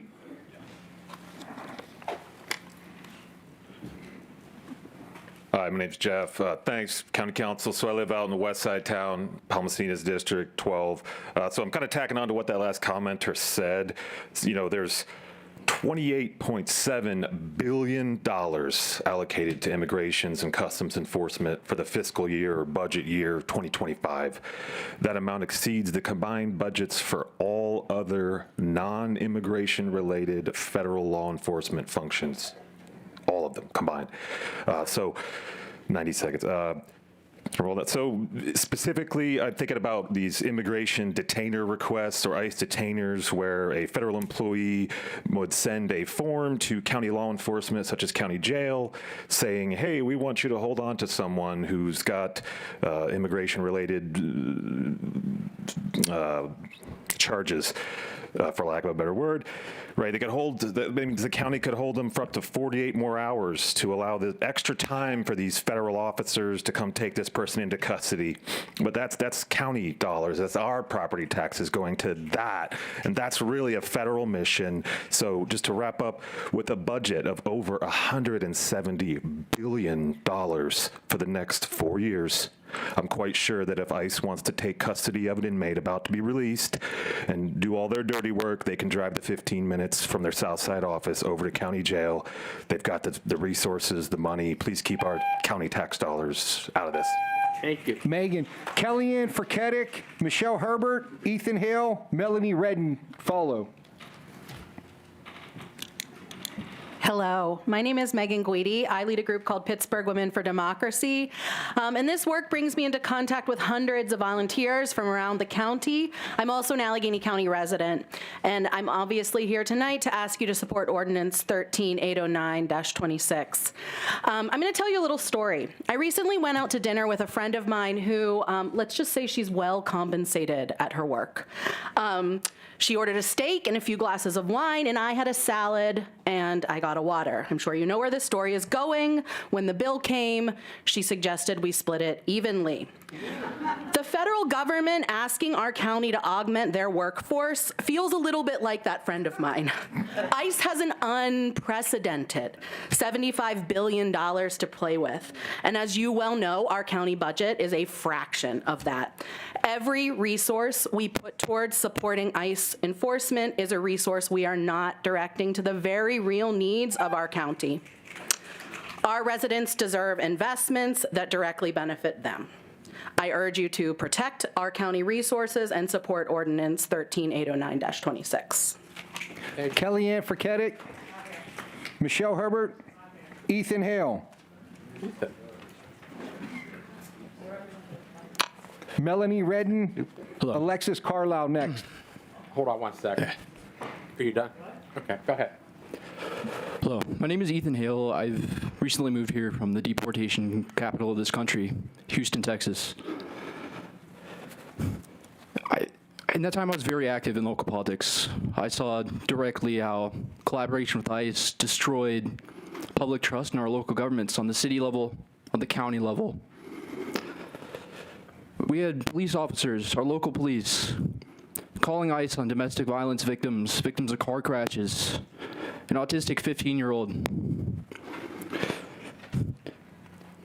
We had people afraid to call police because they were afraid our local police department would call police on them. They were afraid to go into warming centers, afraid to reach out to their government for help. When you destroy public trust like this, you destroy public safety. People aren't going to come to you for help. They're not going to come to you to report crimes. I urge you all to support this legislation ending cooperation with ICE on the county level.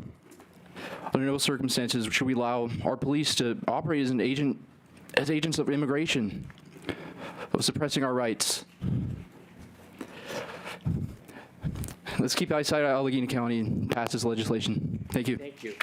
Melanie Redden, Alexis Carlisle, Laura McKnight, Linda Theophilus, Holly Hickling.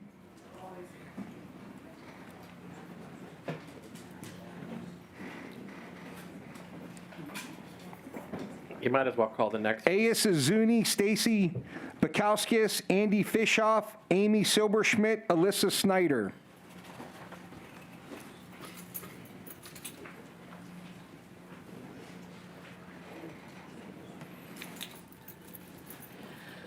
Hi, I'm Linda Theophilus. I'm the pastor of Emmanuel Lutheran Church in the Eastmont neighborhood. In my case, that means I live in Penn Hills. Thank you, Nick Fatulis, for your years of service. I stand in support of this motion, and there are many reasons that I could state for that, but tonight I want to focus on the fact that this is about families. And families come in contact with Allegheny County services in lots and lots of ways. And if we just focus in very specifically on those for whom domestic violence is a part of their life, that means there are lots of contacts with various aspects of law enforcement, judicial system, within the county itself, as well as all of the social services. I want families to be safe. I want families to stay together, for parents to have the most stable parenting possible. When people are afraid to come forward, either as a victim, a witness, or perpetrator, of domestic violence, then we undercut families, and many, many immigrants are in mixed status families. This isn't just about individuals. This is about families and communities and neighborhoods to keep us together and safe and functioning well. Thank you. Holly Hickling, Aya Suzuni, Stacy Bukowskis, Andy Fishoff. Call the next five, too. Hold on one second. Amy Silberschmidt, Alyssa Snyder, Jay Aronson, Nicole Norman, Elizabeth Kahn. Okay, go ahead. Hi, my name is Holly Hickling. I'm an East Carnegie resident. Hi, Bob. I'm the executive director of a human rights organization here in Pittsburgh called the Global Switchboard, and I run a coalition of immigrant serving organizations called All for All. We're part of the letter that Maddie delivered. There are so many immigrants in our communities from all over the place, Latino immigrants, immigrants from every continent, every region. They're here in Pittsburgh. They are Pittsburghers. They are our neighbors. They are on your children's sports teams. They are, on our PTAs. They're part of our community. As someone else said earlier, Tanisha, there's people who I invited to speak tonight who were like, Holly, that's so cool. I really want to do it. Some of them very prominent people who were like, I don't feel safe. And so some of them have written comments to be read, but I want to reiterate that folks I know told me directly, I cannot speak. Other brave people are here. I'm here to deliver another letter. This is from the Pennsylvania Immigration Coalition and organizations that are a part of it. I think there's 12 on here. I'm going to see how fast I can read them.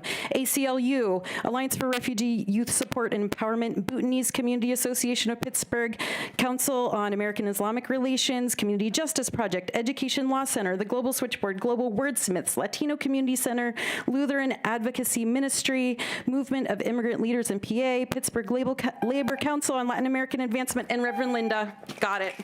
Thank you. Aya Suzuni, Stacy. For anybody's information, if you have something that you couldn't get out, you can email us, okay? I just don't want you to that you don't get everything that you had to say. So we do read our emails, so email us. Well, I do. Hi, council members. I'm Jay Aronson. I'm an Allegheny County taxpayer and professor at Carnegie Mellon, where I teach about immigration policy, among other topics. Local government cooperation with federal immigration enforcement makes us all less safe. As we saw after 9/11 and the passage of the Secure Communities Act in 2008, local cooperation with federal immigration enforcement destroys immigrant communities' trust in local government. This means that they're less likely to seek help and less likely to cooperate and share information about public safety issues with law enforcement. Local police forces know they can't keep the public safe when the public doesn't trust them.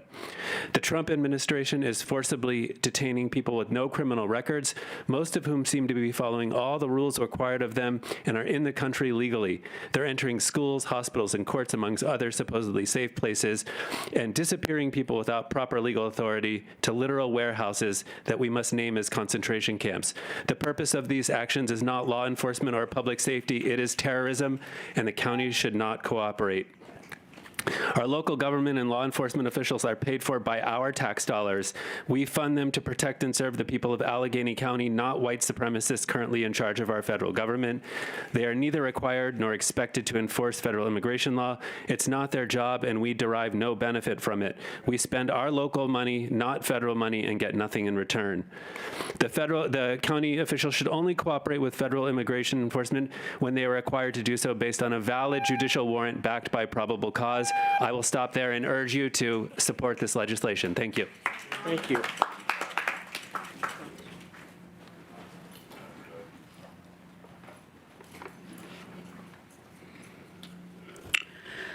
My name is Nicole Norman. I'm a constituent in District 12. As someone who has worked in immigration law for the past few years, passing this bill is critical. Let me be clear, this does not risk our federal funding. It does not make us a sanctuary city. This bill does not violate federal law because it does not prohibit sharing immigration status when required by law for criminal investigations. This bill only prohibits voluntarily conducting civil immigration enforcement, which is not required by federal federal law. This bill does not interfere with ICE doing their jobs. It simply says that county employees will not do that. It mitigates against future lawsuits. Since 2011, Pennsylvania has paid nearly $1.2 million in damages to constituents perceived to be undocumented. The Constitution exists precisely to protect the people when the government gets it wrong, and this ordinance enforces those protections.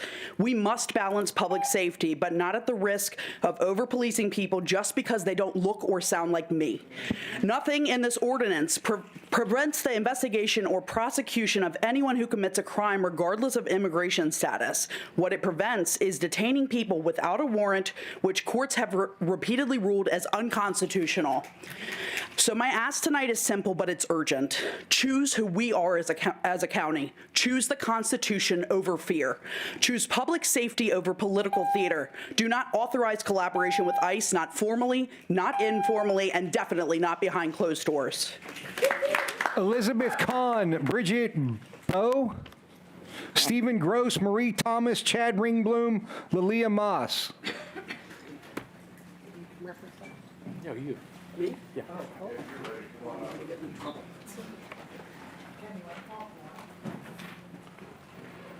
Jupiter Walters, Joseph Griffo, Ilias Khan, Abigail Walters, Harvey Holtz. You're welcome. Anybody? I'm there. I have to drink a little, if you give me a moment to drink. Yes. Uh-oh.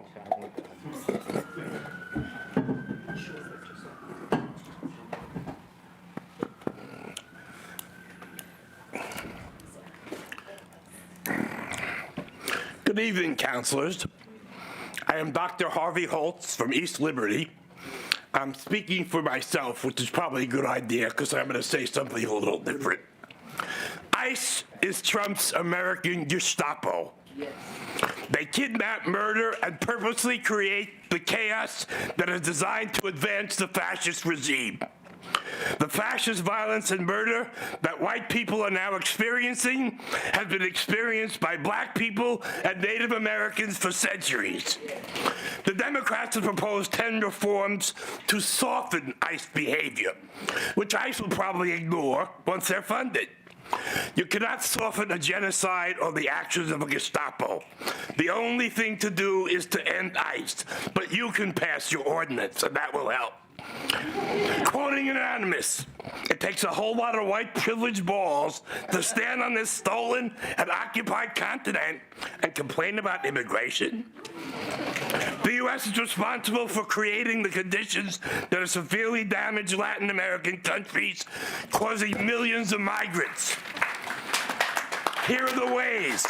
The U.S. has supported fascist governments. The U.S. has sanctioned governments. The U.S. is engaged in climate change that has made normal life in the global south almost impossible. It is not a new immigrant policy that we need, but an end to American imperialism, which is the only occur with the end of capitalism.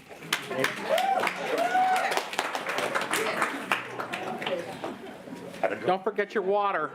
Don't forget your water. I got my water. Oh, Thank you, guys. Sorry.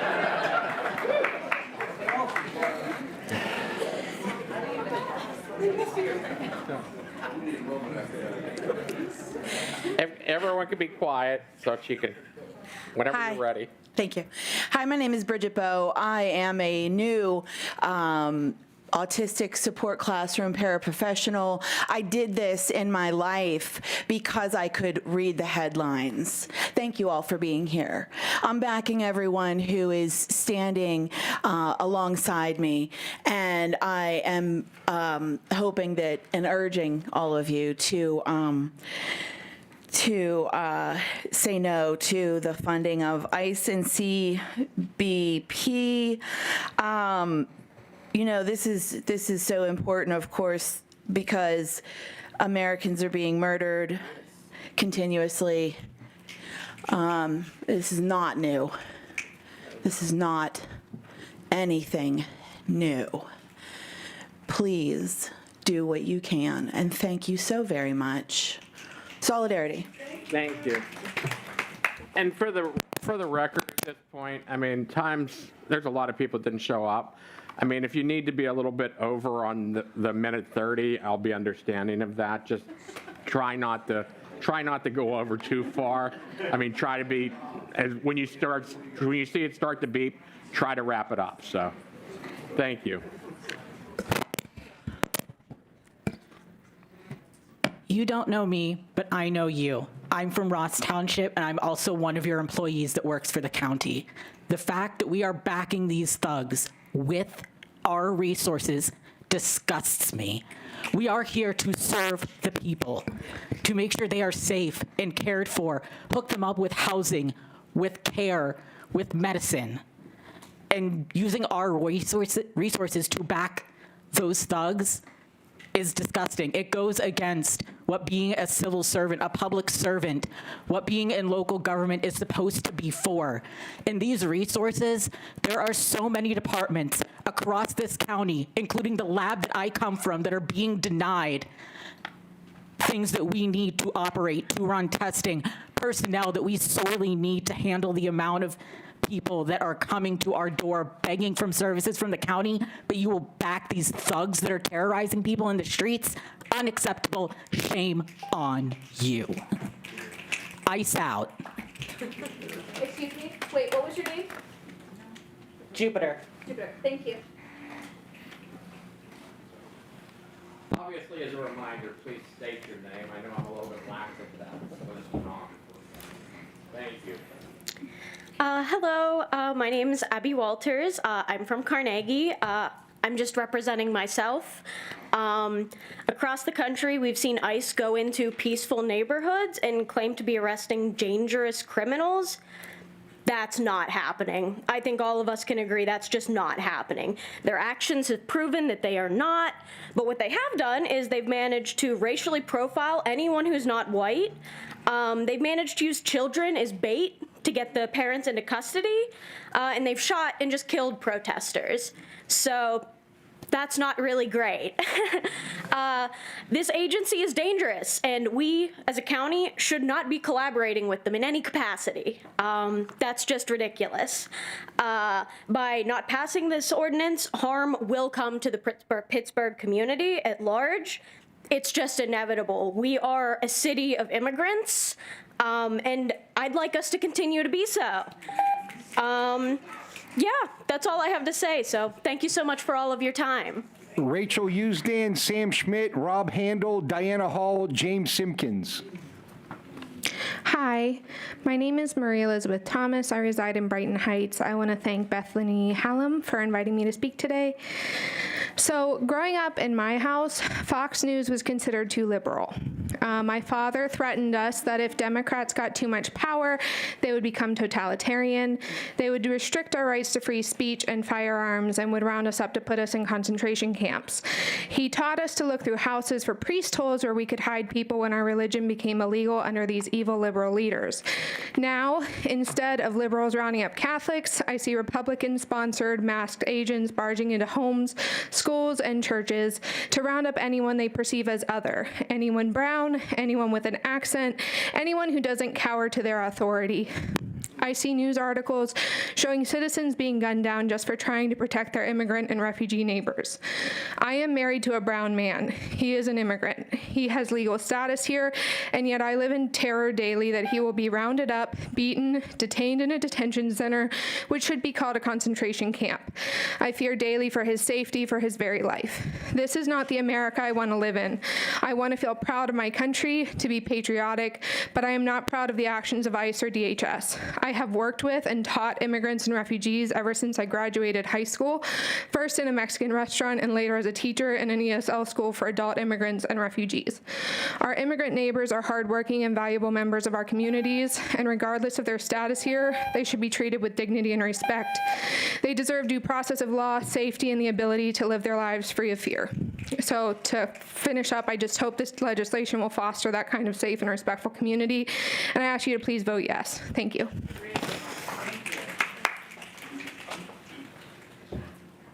Good evening. My name is Rachel Usdan. I'm come to you as a resident of Allegheny County District 11 in my individual capacity. Thank you for the opportunity to testify.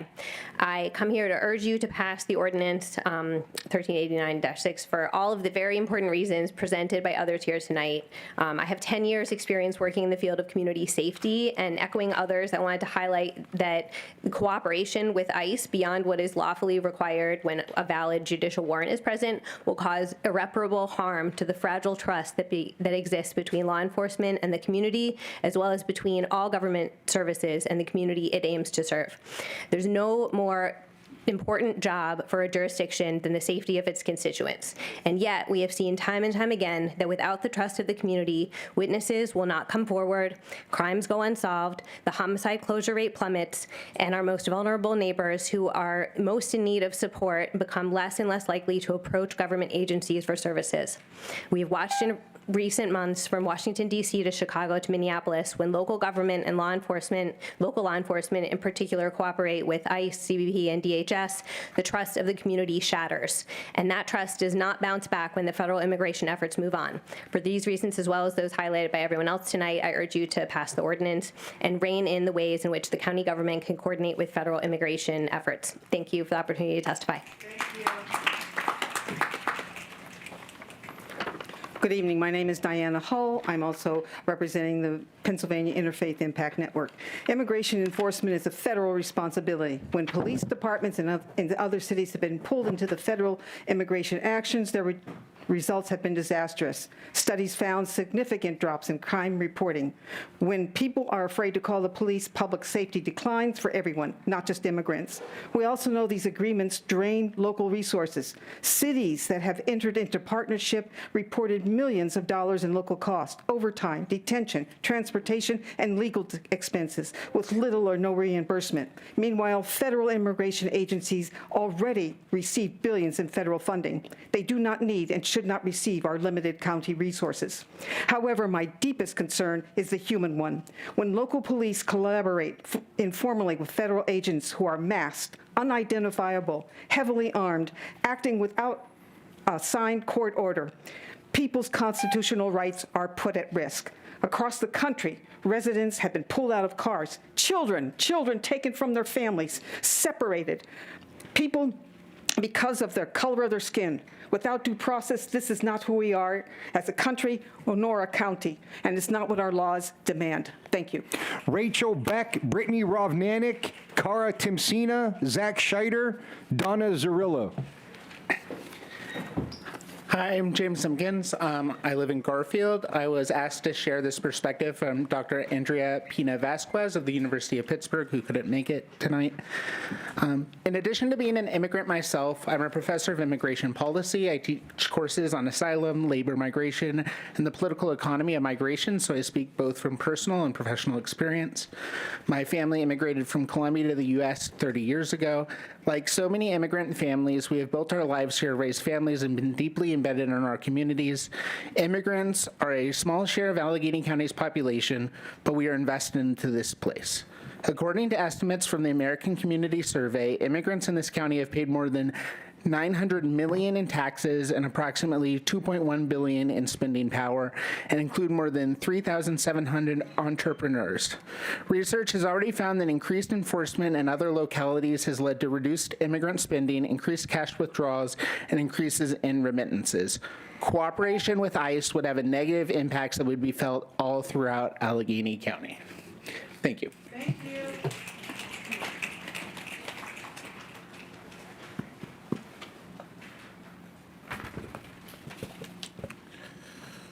Okay. Hi, my name is Zach Scheider, and I'm here with Allegheny United for Immigrant Rights and Justice. I want to encourage you to listen to people of Allegheny County and pass the welcoming legislation proposed by Bethany Hallam. Unfortunately, not everyone is able to be here today, so I want to read a statement from one of our immigrant neighbors who fears retaliation and wishes to remain anonymous. I am a resident of Pittsburgh, and I live in the Point Breeze neighborhood. I've been a United States citizen since 2015. I'm submitting this comment publicly, but I chose not to attend in person as an act of self-protection. I'm an immigrant, and the violence and unlawful actions we are seeing across this country have made me afraid. I'm afraid of police and federal agents who claim to act in the name of public safety and immigration enforcement. It is them I fear. I no longer trust the government of this country, and I feel compelled to carry my U.S. passport with me at all times. You see, I look like the people who are being detained and arrested without cause. I never imagined this could happen here, yet today I feel unsafe in the country I call home. I urge you, council members, to permanently bar elected officials and county employees from cooperating with U.S. Immigration and Customs Enforcement. I appeal to your humanity and to your responsibility to use every policy tool available to ensure that all community members are treated with dignity, safety, and fairness. Nothing justifies acts of violence. I ask you to stand on the right side of history and demand federal accountability. All right, that's it. Okay.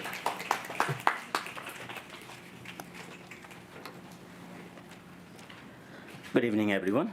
My name is Karatim Sina, and I'm a resident of Jefferson Hills, District 6. Today, I'm speaking as the Executive Director of the Bhutanese Community Association of Pittsburgh. We are based in Brentwood. I represent a community of over 7,000 people in this county and additional over 1,500 in the surrounding counties in Western PA. We fled Bhutan in the early 1990s and ended up as refugees in Nepal. After losing our homes and everything we had, and being stateless for nearly 2 decades, we found our home here in Pittsburgh starting in 2008. Over 95% of us are now naturalized citizens. Many have opened up businesses in the South Hills, contributing to local economy and cultural vibrancy and diversity. There are over 100 registered nurses, a few doctors taking care of the sick in various hospitals and senior centers. We have individuals serving in police departments and in the military. We have started giving back to the country in different ways. Despite these contributions, the community lives in constant fear of ICE arrest because there have been news and cases of arrest without due process, just because people look different and or they speak differently. The community already went through a lot of trauma back in Bhutan as refugees in Nepal, and when we have just started getting back to normal life, fear grips again. Pittsburgh is our home, and the United States of America is our country. The same country that gave us second chance to live a life in dignity and gave us hope to live a better life has now filled our lives with constant fear. I would appreciate an additional few seconds. To you all, honorable council members, do you think we deserve this fear? Honorable council members, I never thought I would have to carry a US passport when I'm driving to my work, to shop, or visiting my relatives. What else should I do so I feel safe on the road, at my work, or in grocery shopping? Thus, on behalf of my community, I urge you all to adopt policies that will keep away unnecessary ICE presence and their violent acts in our country and help us in being your good neighbor living in peace. Thank you. Mara Schlosser, Casey Brown, Simone Saul, Always Malia, Catherine Gallagly. Hi, my name is Donna Zarilla, and I'm a resident of Lincoln Place and an Allegheny County taxpayer. I'm here today to speak in favor of the legislation that's coming before you, and I want to speak more about what a 287G agreement means. And I'm asking that no funding be used to support ICE activities. Signing of this agreement does not require the county citizens and taxpayers that you represent any say or vote in the decision to enter into an agreement. By signing an agreement like this, you, Allegheny County Council, are declaring your support of ICE actions. County employees, whether law enforcement, corrections officers, or other staff, should not be tasked with identifying immigrants in custody or not, nor are they paid to interrogate people in custody about immigration status. There's an option in 287G agreements to rent county jails cells to detain immigrants. Is that under consideration? Are our law enforcement and correction officers trained to do this? Does the county jail have the capacity to house a population of people who are there while their immigration status is determined? Is there any intent by this council to enter into a contract to rent county jail cell space? If so, could someone explain how that figures into the county's budget and the process of budgeting? I ask that the Allegheny County Council provide no resources, including access to resources like databases, to ICE. Beyond the violations of morality and violations against the Constitution, the actions that ICE is performing are not actions to be supported financially or otherwise by the people and the taxpayers of Allegheny County. Thank you.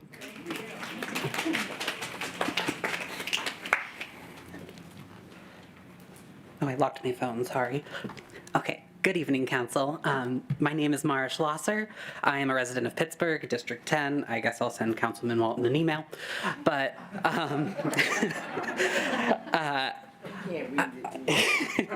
I volunteer with Allegheny United for Immigrant Rights and Justice, but really I'm here to talk with you all about some observations I've made during my work. I work for the county as a children's attorney in child dependency, foster care. And the aspect of this legislation that I really want to emphasize today is access to county facilities. A lot of the kids that my office and I represent, including a lot of kids who are lawfully present in this country, have been stalked, harassed, and had family members detained by ICE agents, all in county facilities, in the courts, in the hearing offices across the county, CYF offices, and even in their county-funded foster placements. I've even heard reports that ICE has impersonated CYF caseworkers at times to get access to these vulnerable children. Naturally, these kids are terrified to go out into public, including to their court-ordered reviews and all of the county services that they are entitled to receive. So, of course, these actions are morally reprehensible, but not only that, it interferes with our ability to provide the care and the services to these children that we should want to and that we're required to by law. So I ask that you all support this legislation to give the county the tools to actually care for our kids. Thank you so much.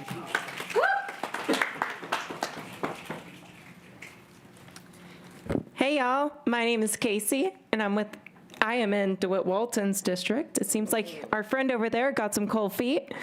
I'm with the Party for Socialism and Liberation, and I'm here to speak in favor of Bethany Hollum's legislation. I would like to start by briefly speaking about Pittsburgh history. In 1850, the federal government passed the Fugitive Slave Law. Marshals kidnapped black people from Pittsburgh and sent them to the South to live their life in slavery, regardless of whether or not they had been a slave in Pittsburgh. This was all, the people in Pittsburgh stood with black people, though. By forming vigilance committees, they prevented black people in Pittsburgh from getting kidnapped.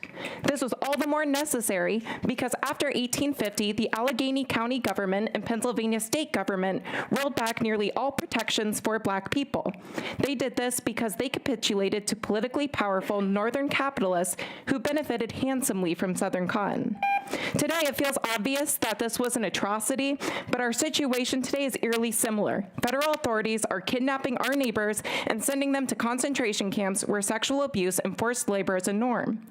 County Council, are you going to repeat the atrocities of those who came before you? Seriously?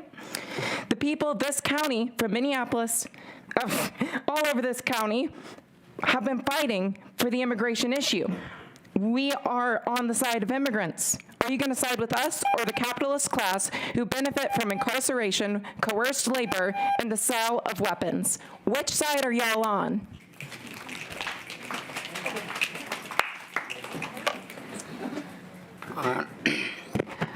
My name is Awais Malia, and I do represent the Somali Bantu Community Association of Pittsburgh. And I'm here to encourage you guys and councilors to pass the legislation to never collaborate with ICE. And you have seen, you have heard, and targeting people like my community, calling them a garbage and asking them to be deported is really hurtful. The Somali community here are not garbage.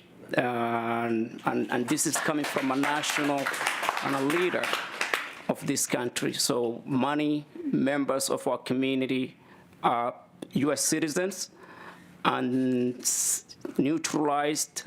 I'm a former refugee. All my children were born here. And because of how they look, their accent, and how they dress, that cannot really a fear that they need to live constantly. So passing this legislation is choosing humanity over hate. It's loving people instead of hating them. So I am glad to be here, and I know some of the comments that we were receiving in our Facebook page are so hurtful, and I would like to share with you guys, but they are so really hurtful even to talk about them right now. Thank you. Dylan Basescu, Crystal Knight, Caitlin Montgomery, Christina Kuznicki, Patricia Schmatz, and Kevin Cogley. Hi, my name is Simone Saul. I've lived in Allegheny County all my life, currently a resident of Bloomfield. I'm an organizer for Never Again Action, National Immigration Justice Organization, and I came to thank you for supporting this ordinance and asking you especially to push this through as quickly as possible. We are expecting to see a massive surge of ICE activity here in the coming weeks at the scale of what we've seen in Minneapolis and Columbus, with the expansion of ICE offices out near the airport in addition to Southside, additional 9,000 detention beds they're trying to build in PA that they very much intend to fill with our neighbors and loved ones. And so we have so much opportunity still to enact so many more protections and get organized, but we have to move quickly on this and go so much further than this ordinance. So just quickly, I want to share a couple things from people, again, who can't be here. One is because they are in detention in a concentration camp. This one is in San Diego. And they said, it's cold here all the time, and the food is poor. For 280 days, we haven't eaten a single piece of fruit, banana, apple, orange, anything fresh. We are all in one big room with no doors or windows. We can't see any grass or trees. We are all constantly sick.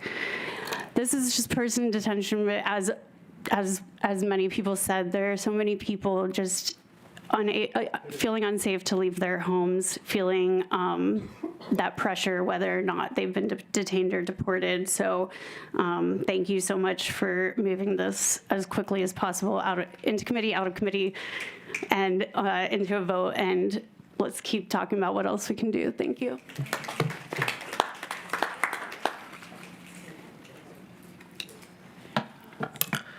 Thank you. Dylan Basescu. I'm an attorney and a resident of Southside District 11. I woke up this morning thinking that I'd have to come down here and chew you out, Councilman Klein, but instead, I have the immense privilege of saying thank you, Councilman Klein. Thank you for listening to the people of this city who are tracking ICE as it terrorizes this county, who are bringing food to their neighbors, who have had to go into hiding, who are handing out whistles for when this plague falls on us. There are streets across Europe where my family came from, cobbled with the names of people whose names we should never have had to etch down. I don't want our descendants to have to etch more names in stone. Do everything in your power to stop it. Those of you who haven't co-sponsored this bill, and there are 8 of you, you can give it a majority. Council members Adams, Filiaggi, Fuchules, Katina, Nakarati Chapkis, Palmieri, Palmacina, Walton, when your children ask what you do if masked men come for them, you will be able to give them an honest answer. And for the record, there is a protest against ICE at 11 p.m. tonight at 200 West General Robinson Street. We can show up and we can show ICE that this county is stronger than their hate. Thank you.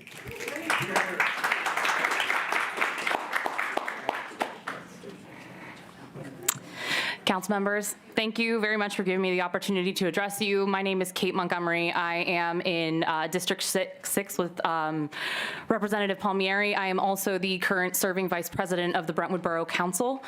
I'm here tonight to speak in support of the proposed bill 13809-26. I wanted to highlight my borough in particular. Brentwood has over 15 different languages spoke at the elementary, middle, and high schools. As many of you may have seen in the news recently, one of our residents was unlawfully detained at the magistrate's office after being subpoenaed to testify as a witness and has been unlawfully detained in the Moshannon Detention Center since that date, January 20th.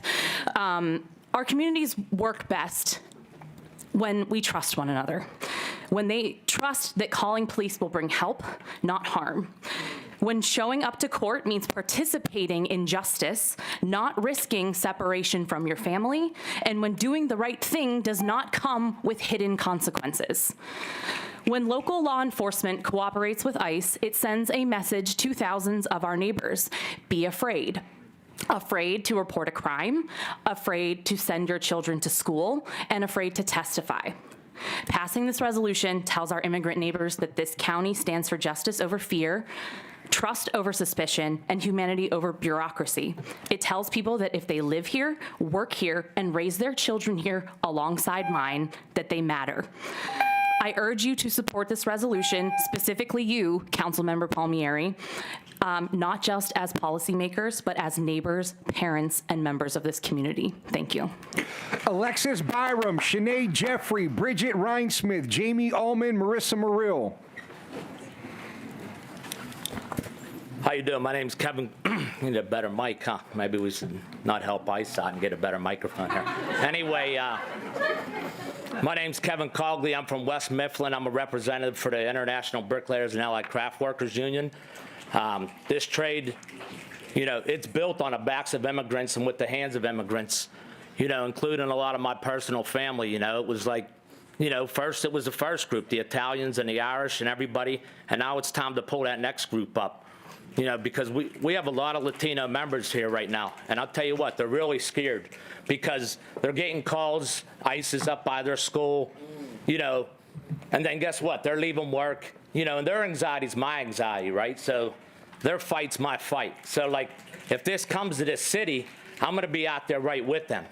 Like, you know, I'm an Irish Catholic kid. I'll get out of jail in 24 hours, right? Like, that's, at least that's been my, that's what I was used to in Pittsburgh anyway, you know, in my 20s. I'm sober 21 years now. But anyway,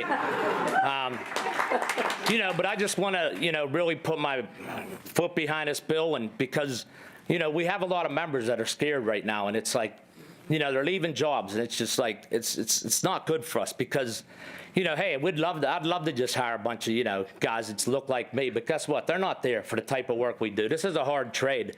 And let's be honest, a lot of these parents are raising soft kids right now.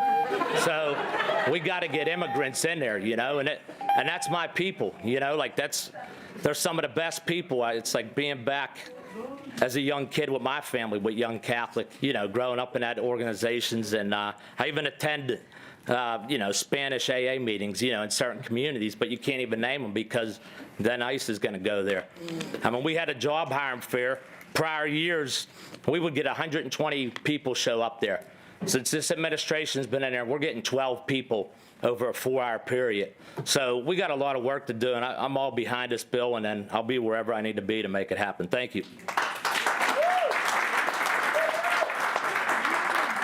Hi, I'm Marissa Morrill, a lifelong resident of Allegheny County. And since we are in the city of Mr. Rogers, I'm here in his spirit looking for the helpers. You have a chance right now to be one of them, to choose empathy, courage, and dignity, to strengthen trust between community and the people meant to serve it, to protect our neighbors. Transparency, accountability, and basic human dignity and due process are not obstacles to safety. They are what make a democracy. But over the past weeks and months, we have watched ICE escalating violence, killing citizens in our streets, families being ripped apart, citizens and non-citizens being taken off the streets from their homes, schools, and places of work, being arrested and detained without clear recourse. And immigrants in our community are now living in extreme fear. People I have grown up with who have lived here in Pittsburgh for their whole lives are asking themselves, is it safe to go to the grocery store, to drive to work, to call for help? Fear erodes trust. Crimes go unreported. Families avoid schools and hospitals. And when trust breaks down, communities are less safe for everyone. When people fear simply living their lives, something fundamental has broken down between the public and those in authority. All residents deserve access to essential services and to live their lives without experiencing discrimination or harassment based on the color of their skin, accent, country of origin, ability to speak English, or perceived immigration status. Years from now, we will remember who stood up for our neighbors, who chose love, compassion, and care. And in the words of Mr. Rogers, it's not so much what we have in this lifetime, it's what we do with what we have. Please do what you can in this moment. No one is illegal on stolen land. We are all a product of immigration. ICE out. All right. Good evening, everyone. My name is Dr. Shanae Jeffrey, and I'm a resident and council member of Swissville Borough and a constituent of District 8. I have called the Greater Pittsburgh region home for more than 20 years, and I'm also an immigrant from Guyana and a U.S. citizen since 2012. I am here today to urge you to support the proposed county ordinance. My immigration story has shaped who I am and why I serve. I have contributed to this county as a volunteer, a community advocate, and now as a local elected official. I want to specifically acknowledge Michelle Nakarati-Chaptis, who I've had the pleasure of speaking with 2 years ago concerning issues impacting Swissville, particularly blight and gun violence. That conversation over the phone was centered on trust and public safety. This ordinance is connected to that very same work. When residents fear engaging with local government because of immigration enforcement, blight worsens, violence goes unreported, and neighborhoods become less safe, not more. The integrity of local government is rooted in fairness, due process, and equal service for all who live there. As a local official myself, I know that we are the first line of defense in creating communities that are just, safe, and welcoming. Immigrants like me are part of what Allegheny's future is and what it can look like. I urge you to stand with our neighborhoods, including Swissvale, and vote yes on this ordinance. Thank you.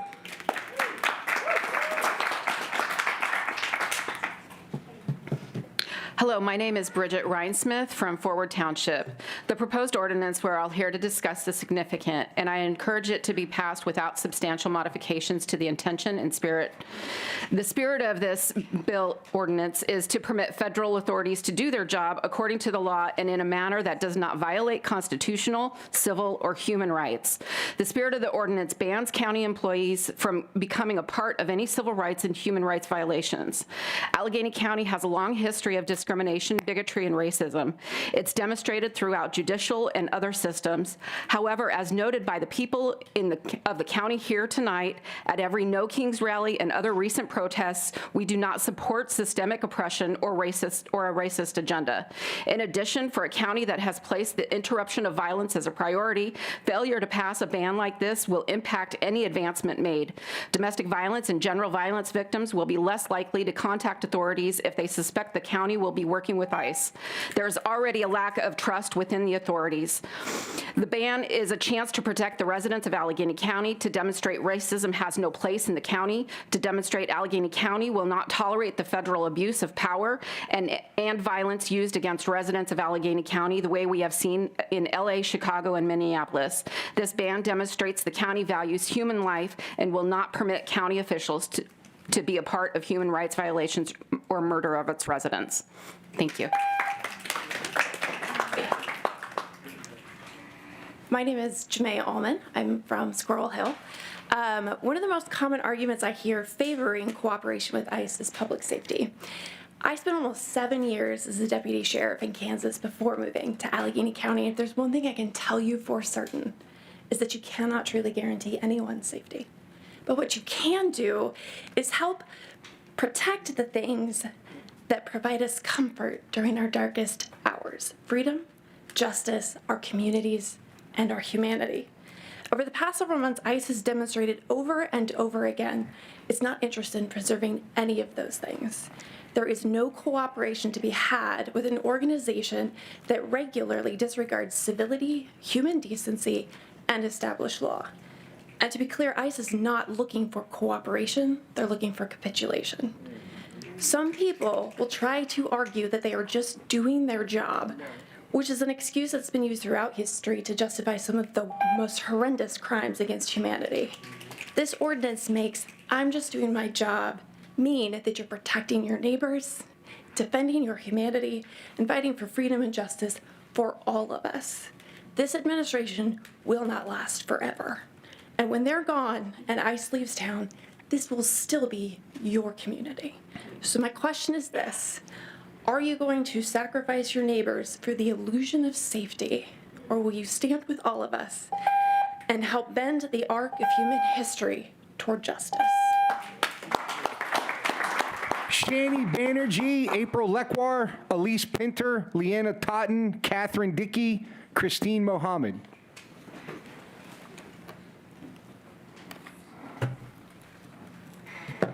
Hello, my name is Crystal Martha Knight. I am a resident of Pittsburgh, Pennsylvania, and I'm also a member of MILPA, the Movement of Immigrant Leaders in Pennsylvania.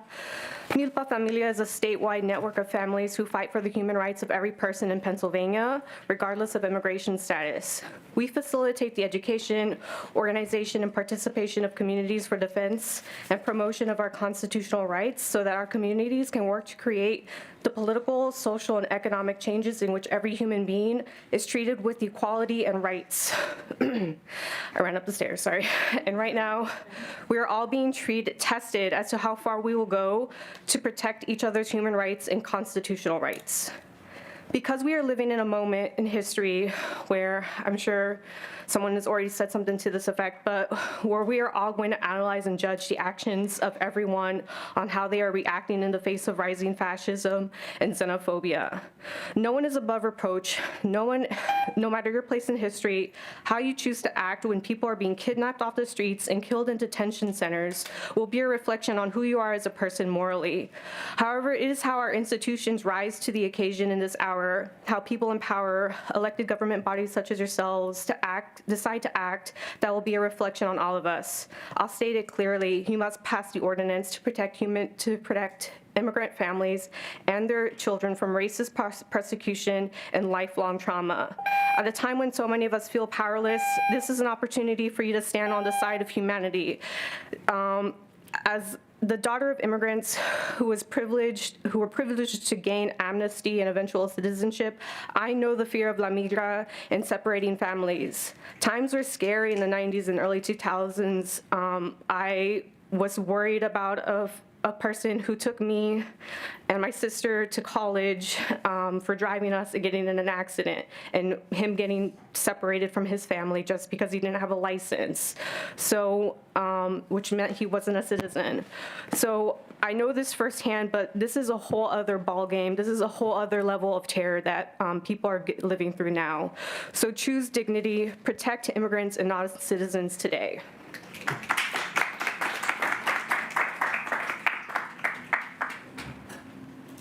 Hello, my name is April Lekwar. I live in Ross Township. This is a statement on behalf of North Hills Progressives. We are made up of Ross Township and Westview residents. We are just over a month into 2026, and there are already at least 8 deaths in ICE concentration camps, along with shootings of protesters.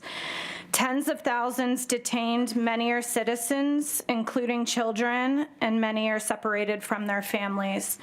We are at a point in time where we can clearly understand the role of ICE is no longer one of immigration enforcement within the bounds of our laws. It is one of racial profiling, ethnic cleansing, and political intimidation for protesting. So we ask you, our county council, to explicitly forbid entering into a 287G agreement or memorandum of understanding with ICE. I'm sorry, this is very distracting. Limit the information we share with ICE. Right now, information can be shared without a legal requirement to do so. To document our right to be free from unreasonable search and seizure, and emphasizing the need for judicial warrants. State that our police force will not enforce federal civil immigration law or assist ICE. We should comply with criminal warrants only. That we will not put any resources, people, or dollars into ICE civil actions. To support our citizens and residents in their right to peacefully assemble and protect them and de-escalate in the case of ICE initiated violence. We ask that the council work with the police to establish a plan on what we will do when ICE comes to Pittsburgh, a plan for the city government, the police, and the residents and workers in Allegheny County. Strengthening our protection within our laws does not prevent ICE from coming here. It does provide support to our residents and those that work here at a time where any of us could be targeted or attacked. It provides permanence in the face of change. While we hope to keep this group of county council members for years to come, codified law outlives a political life, and why codification is necessary. It shows a commitment to our values as a diverse community, one that respects and protects our rights. It shows a proactive effort on the part of... If you could wrap it up, please. Yes, thank you for your attention and support. Thank you.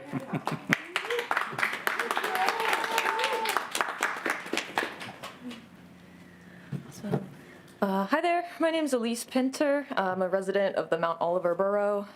Thank you, Councilman Klein and everybody else for, saying you're gonna vote yes on this. Not here to say anything new. I am also here today to strongly urge the council to vote yes on Ordinance 13809-26. ICE is operating as a violent and racist secret police force in our country right now. I don't think anyone's gonna negate that.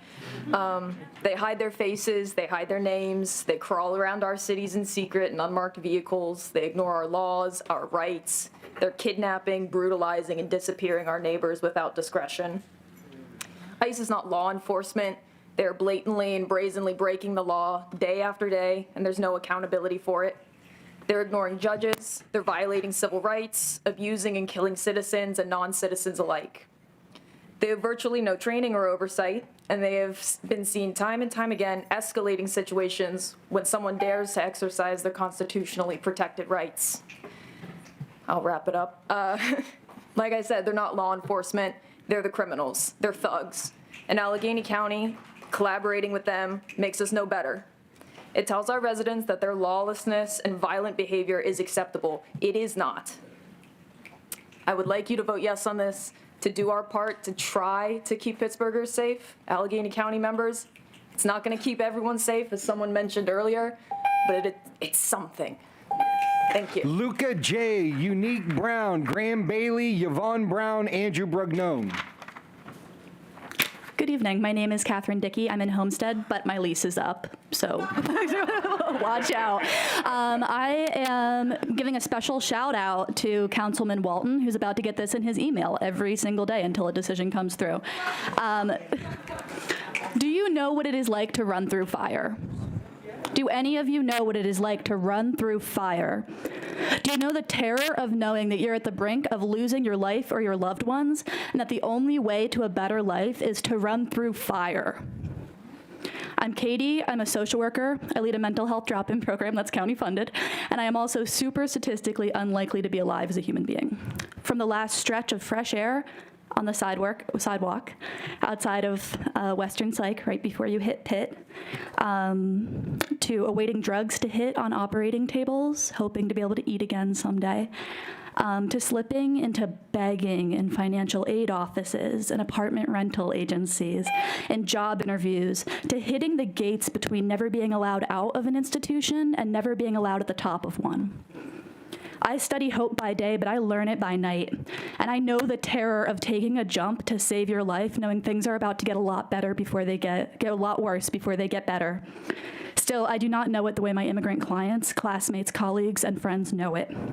To push America, to push yourself into America, risking it all to stay alive and to face these punishments that are unthinkable.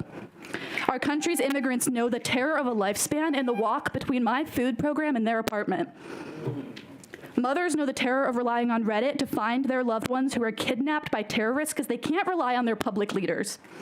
Highly educated, skilled, beautiful people are living in terror in our Pittsburgh, knowing everyone who helps them is a little more unsafe because they chose to. This is not the end of the world, and the dust will settle, and survivors will look and they will see who let this happen. And I don't want them to see you, and I don't want them to see any of us. They do not need to see us. We do not need us to pave the path for their loved ones to be driven to torture. Please do not wait to see what happens next. It will get worse. There are terrorists in the tunnels, so there is no water under the bridge when it comes to your work here today. Thank you.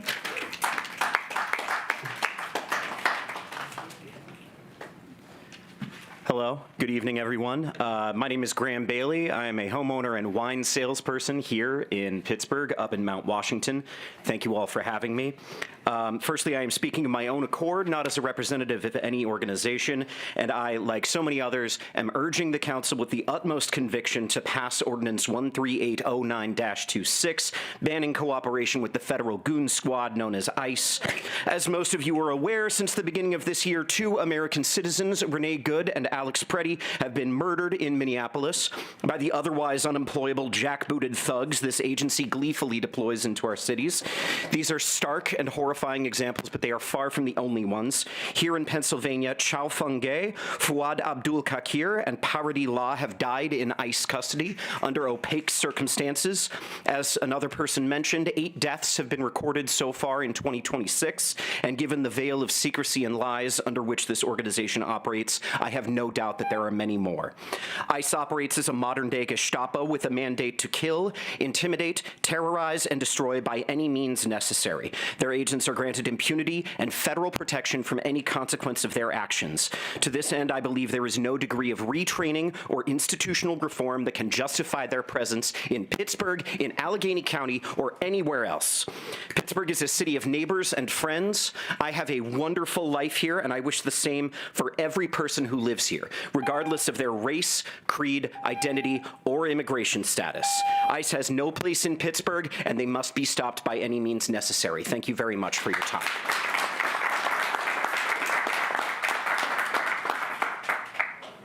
Good. I'm Andrew Brignone, lived in Pittsburgh all my life, from Troy Hill. I want to thank everyone for their venom tonight. So what's happening right now is men, women, pregnant women, kids are being kidnapped and trafficked to for-profit concentration camps where they're subsequently assaulted, raped, tortured, and killed. Now, this ordinance is absolutely necessary, but it is woefully disproportionate to the threat that we're facing today. So I'm unencumbered by knowledge of what you guys can specifically do, but I am urging you to be creative within the bounds of the law, whatever that means anymore, to get some legislation out here with some teeth. We need significant punitive consequences for these ICE terrorists that break laws in our county the same way that you would treat anyone else here. And until that happens, this is not going to change, all right?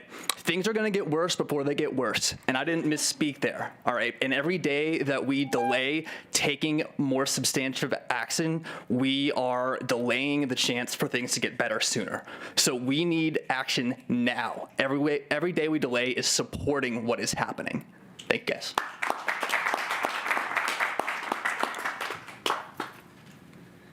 Good evening. My name is Aaron. I'm a resident of Forward Township. In recent weeks, we have seen the injustice perpetrated by ICE in our communities firsthand. Jose Flores was taken from Oakmont. Macklem Gomez Escalante was taken from Baldwin Whitehall area and lived in Brentwood. Council members Fatules and Palmieri should be furious about this, but neither one of you co-sponsored this bill. I truly hope that is not representative of your votes. Only the smallest slivers of Allegheny County fall within 100 miles of an international border. Neither one of those municipalities are within that 100-mile radius. With that said, ICE has no legal basis to be here or to have arrested those two men where they did. President Judge Ivashevich should not be okay with this happening in her courtrooms. Diaz the pilot should not be okay with witnesses being taken when they were subpoenaed. And Sheriff Kraus should not be okay with his deputies assisting federal officers. And finally, every last one of you should not be okay with your communities living in fear. Keeping this in committee or voting no, and I will be watching every vote, in this ordinance will make you just as complicit in the crimes that ICE is committing. I will not stand for my neighbors being harmed by a paramilitary terrorist force. My personality leads me to help those being harmed, and I hope you never have to see my name on the news or in the newspapers, but I will not hesitate to put myself between the vulnerable and ICE. The call is yours. Get this passed. John McFarland, Tyler Mattis, Kathleen Rupel, Emily Volker, Ron Adoko, Fayasola Akintola.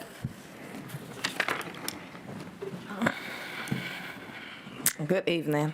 My name is Unique Brown, and I'm a domestic violence survivor, and I'm here today as a mother who has run out of places to turn. I did what I was supposed to do. I asked for help, and when it wasn't enough, I kept going. I need to say this honestly, my experience with the Blackburn Center in Greensburg and Allegheny Link did not bring safety or relief. Instead, I was passed along, dismissed, redirected, and left waiting during the most frightening times of my life. I reached out to the mayor in Greensburg. I reached out to Kim Ward. I reached out to the NAACPs of every county. I reached out to Summer Lee. I reached out to John Fetterman. I reached out to the Pennsylvania Coalition Against Domestic Violence, the Department of Urban Development, Summit Legal, the PA Human Relations of Commission. I reached out to everybody about different things that's going on. It's too long for me to say everything that happened, but everybody told me they don't know where to go, and I went to city council a few times, and basically I'm here because they told me to come here and speak to y'all because no one seems to know who is the oversight of Allegheny Links or any of these 3 domestic violence shelters that's in Allegheny County that doesn't really help domestic violence victims, basically. So I just came here to ask that question, basically. Thank you. Can you stay after so I can talk with you? Thank you. My name is Yvonne F. Brown. I live at 715 Mercer Street. Up at the top of Bedford, you'll see the high rise. That's the 190 apartments for seniors. First, I would like to say you did a part about your college, the community college on the north side. I had attended there. I transferred to Carlow College. I was a senior in college when the police let my son of 35 years old die when he was saying that he couldn't breathe. They left him on the floor for him to be attacked. But the man that they told to go and don't come back came while they left my son, and he stomped him to death. I'm talking, he injured him so bad I'm a little bit, listen. What I really wanted to come to say to the president and the council, the last time I came, you remember when I came and Mr. Walton ran out the room, ran back and was screaming and hollering at me. Remember I told him that when you left, you were a councilman, but when you ran in and screaming and hollering at me, you became a hood rat. Now, what I'm asking you, the president, because I told everybody that I believe that you are for the people.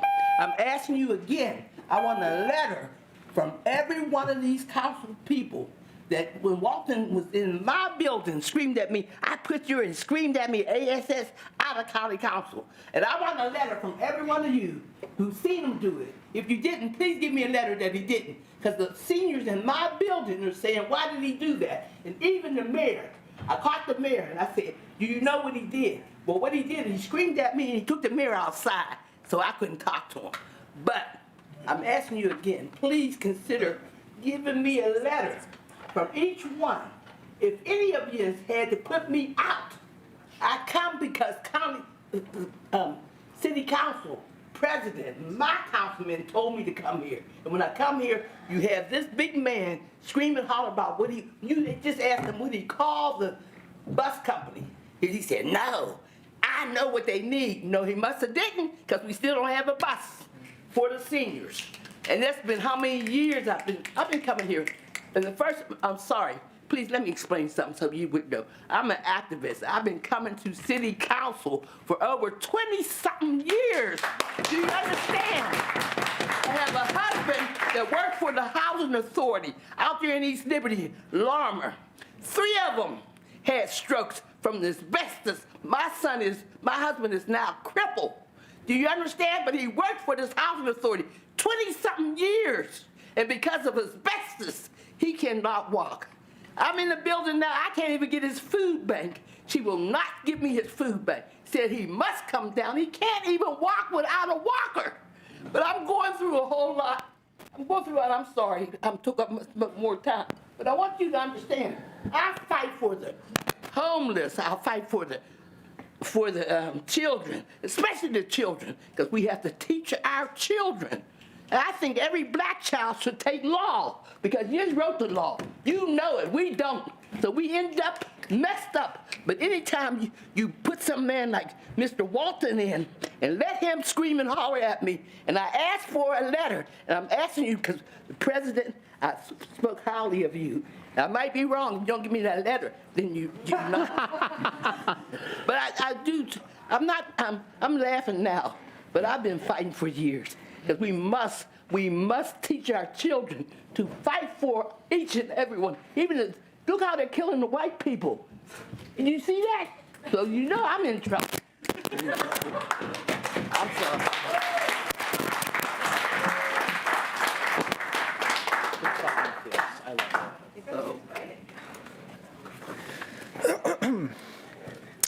Tyler Mattis, West Mifflin. I am on the steering committee of the Anti-Trump Action Committee, ATAC. Hey, everybody, we're on Instagram. Look us up, ATACPGH. I think you'd probably all get on really well with us, and we could use your help with stuff like this. Anyway, so I come here as someone with a politics of radical egalitarianism and the rigorous and unflinching application of reason. That is to say that I am a communist. And in order to make an argument for the passage of this ordinance, I'm not going to tell you that the torture of children, that the systematic abuse of racial minorities is an abomination, although it is. Instead, I'm going to make an argument about why failing to pass this bill and allowing the continued collaboration of police with ICE and CBP will have negative impacts on your constituents. If we allow these abuses to continue or exacerbate in the areas to which you are the stewards of, you'll see negative impacts on countywide physical, psychological, and economic well-being. You'll see an increase in crime rate, drug use, evictions. I can provide argumentation for every one of these points. Obviously, I don't have time to. However, council so desires, by all means hit me up. But in order to prevent that, I urge first the passage of this ordinance. And secondly, I would request that the council consider ways in which they might take action to ameliorate the harms that are being done to the survivors and to the family and friends and community members of the people who are being targeted by ICE and CBP. It's only logical. Like these harms that I've just listed, these economic harms, these harms to public health, these harms to individual people that will define the course of lives cannot be wholly avoided, but they can be ameliorated. So please, do what is within your power to help the people that you represent. Yes. What was the name? Did you give a website? What was the website or a social media page or something for the org? I gave the Instagram, ATAC, the Anti-Trump Action Committee. It's ATAC_PGH. Thank you very much.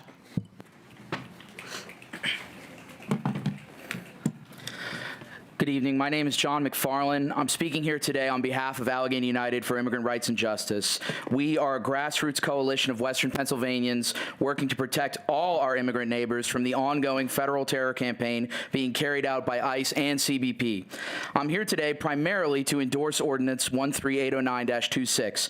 We stand with an overwhelming majority, not just of Americans in general, but of the people of Allegheny County, when we demand that our local politicians stand up and pass concrete protections for all immigrants.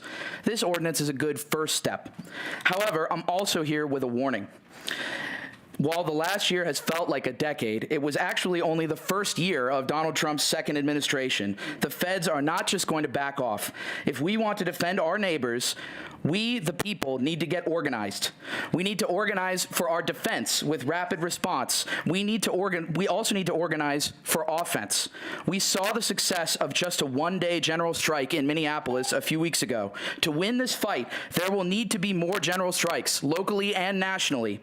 In short, county councilors, do your part as elected officials to protect your constituents and pass Ordinance 13809-26.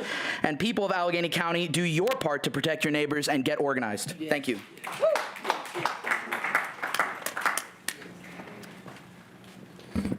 Good evening, folks. My name is Ron Odoko. I live in Regent Square. I'm an associate director of the Center on Race and Social Problems of a professional school of social work at Pitt. But you don't need any sort of distinct academic background to know that it's not a good idea to support folks who are wearing masks and kidnapping people. So I'm not here to tell you anything that you don't know. I do want to talk on behalf of Feisola Akintola, who wasn't here. For folks who don't know, she helped lead the welcoming immigrants community for the city. And so I wanted to read her letter because I think it's important for folks to understand how she shows up in this space. My name is Feisola Akintola. My family and I migrated to the United States in 1999 through the diversity lottery. I remember growing up and my parents, middle class, hardworking people, telling me that the United States is the land of opportunity. My parents chose to forego their community, business, family, and social connections to move my siblings and meet America because they believed this country would provide us with better opportunities and help us become successful adults. I've had the pleasure of working in local government where I led immigrant and refugee inclusion work for the past 2 mayors in the city of Pittsburgh. What I learned from working with many diverse communities is that we all want the same things. We want to feel safe, we want opportunities to work, we want our children to do well, we want to feel valued and seen. Because of the work of incredible grassroots organizations in the region and partnerships across education systems, nonprofits, foundations, and some members of government, and hopefully not all municipalities, we cannot allow strangers to interfere and sour the community of work for years to build. A community where every neighbor, despite their background or status, feels safe, welcome, valued, and has the opportunity to work. It's important for us to keep in mind that we are not trying to fix immigration issues or the asylum process through this legislation at the county level. We are trying to build and reinforce safety. This is a call for us to silence the voice of a leader who does not know us, does not know the intentionality we've worked hard to build, and instead to protect our welcoming county where our neighbors feel safe, where our neighbors have dignity, where our neighbors feel supported, and where our neighbors feel advocated for. You make this decision, and we all bear the consequences together. Either way, we are a community. This decision helps determine what kind of community you want to build. Please build the right one, not the Trump one.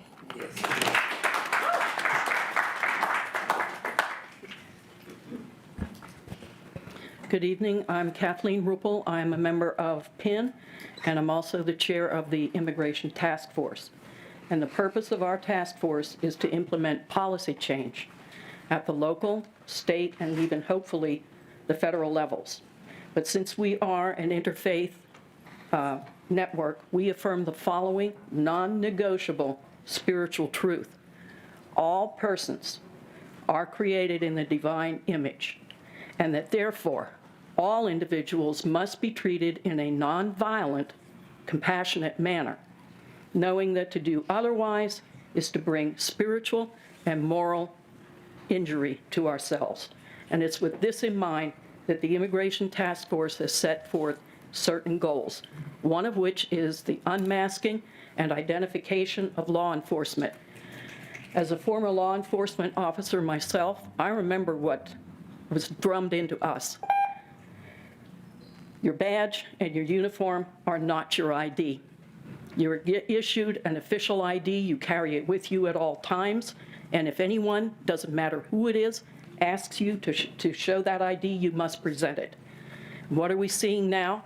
We're seeing masked individuals dressed in ad hoc outfits that are supposed to pass as uniforms. They're perpetrating extreme violence against our neighbors, against our friends, possibly even our family. So our goal is to effect policy that would force all law enforcement to remain unmasked, to carry and present proper ID, and to show any court orders upon request. And we know that a court order is signed by a judge. So what we are asking is that legislation, which is now in the Public Safety Committee, expeditiously be brought forward for question and vote. Thank you. Alexandra Uribe, James Apple, J.P. Leskovich, Jenny Johnson, Dawn Osterly, and B. Kleinmauer. Hi, everyone. My name is Emily Volker. I'm a resident of Millville. I'm from Pittsburgh. I'm from the North Hills. And I want to come here today to speak to anyone who is still on the fence about this. I want to come and speak to you from a place of appreciation and love for everything you do for this community. And I want to rally us together as allies, because we are on the same team here. We are Americans, and I want to remind us that any alignment or subjugation to fascism is un-American. If you love this country, voting for Ordinance 1380926 is an easy call, and I believe you can do it. I believe you can be brave if you're nervous about it, and I believe you can show a true love for this country. My family went to war against Hitler to defend this country and people around the world from fascism. Those were patriots, and anyone who claims to love this country but can't even use their voice and their tools to legislate against fascism is a coward.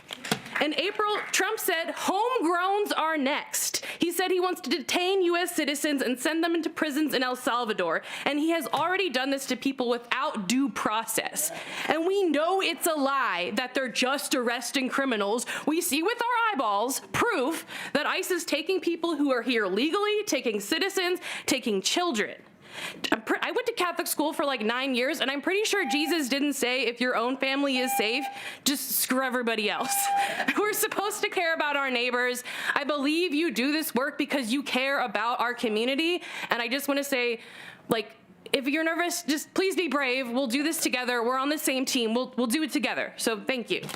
Bryony Lemon, Nicole L. Jalfrey, Cindy Bloys, Brendan Wissinger, Claudia Richardson, Jessica Majernik, Martine Saul. Hello, council members. My name is James Appel, and I am a new resident of Pennsylvania and of Wilkinsburg Borough specifically. You must have signed up late. My partner and I moved here in August so that I could attend University of Pittsburgh School of Law. I came here to study jurisprudence, to study the rule of law, and to study due process. So to see what ICE has been doing, not only in our country, but here in Pittsburgh, sickens me. My family on my father's side is Latine. They have been in Arizona and in Mexico for longer than Arizona has been a state or a territory of the United States. Despite our German last name, our German citizenry came from Jewish Americans who fled to America in the 1850s, fearing rising violence. And we all know how that turned out. I hate to see what is happening here and to know that that same violence is coming up again because of the U.S.'s sticky history in this country and in this county. I urge you to stop that, to make the government meet its burden, make it do its due process, make the government do its job in order to detain people. Our courts, we can see this in Minneapolis, are being flooded with habeas corpus issues where they cannot keep up with the volume of what ICE is doing. Attorneys are asking to be held in contempt of court so that they can sleep because they work for DHS and they work for the government, and even they are tired of this.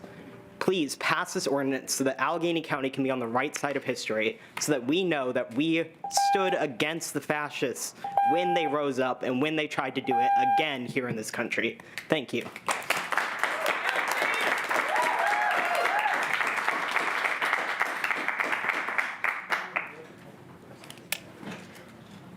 Pat.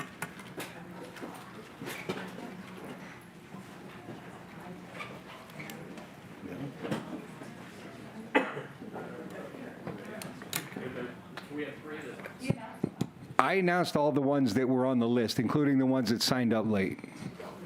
Does anyone want to speak still? One person? Two people? Line up. Three people? Yes.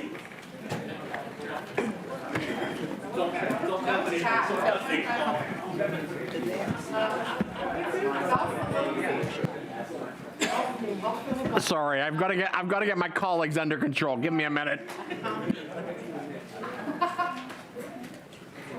Okay, everyone done now? Can you give us your name and where you live? Yes. Hi, council people. My name is Fiona de los Rios. I live in Greenfield. Can everybody from Pitt Law please stand up for a second?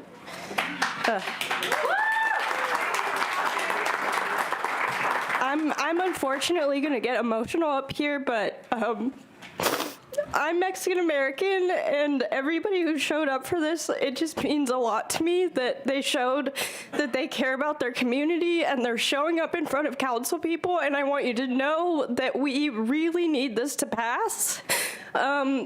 We're law students because we're really trying to do something to help our communities, and we are the future of this profession, and I need people to know that people are still in this fight, and you can represent us by doing what you can. So please do it. That's it.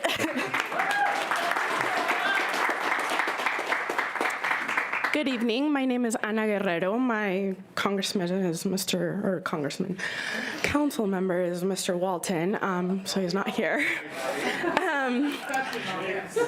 You all heard what county members feel. They've been very vocal about it here. I want to share a story, perhaps, of sort of the direct impact of what not passing this could mean. I'm an immigrant. I immigrated here with my family when I was 8 years old. My mom was a victim of domestic violence. We lived in a city, county, not in Pennsylvania at the time, but they had agreements with ICE. And an abuser's first, especially one that has power, an abuser's first threat is, I will call immigration. That was our abuser, I'll do it collectively, mine and my mom's abuser's words that he would say to us constantly. So for 10 years, my mom stayed because she was afraid that we would be forced to go back. So that is a direct impact of not approving this sort of legislation. I know that public safety is important. Victims are harmed and continue to be harmed, especially immigrant and vulnerable children. Like I said, I was 8 years old when this happened, and continued until I was 18 for this reason. So there's a very real impact, not just to, public safety, but to victims of violence. There have been, I work in immigration as well, and there have been cases where kids who go to testify against their abusers are picked up. So please support, the council members that have not signed on to this ordinance. I strongly encourage you to, in the sake of, public health, public safety. We're all neighbors here, right? Pittsburgh.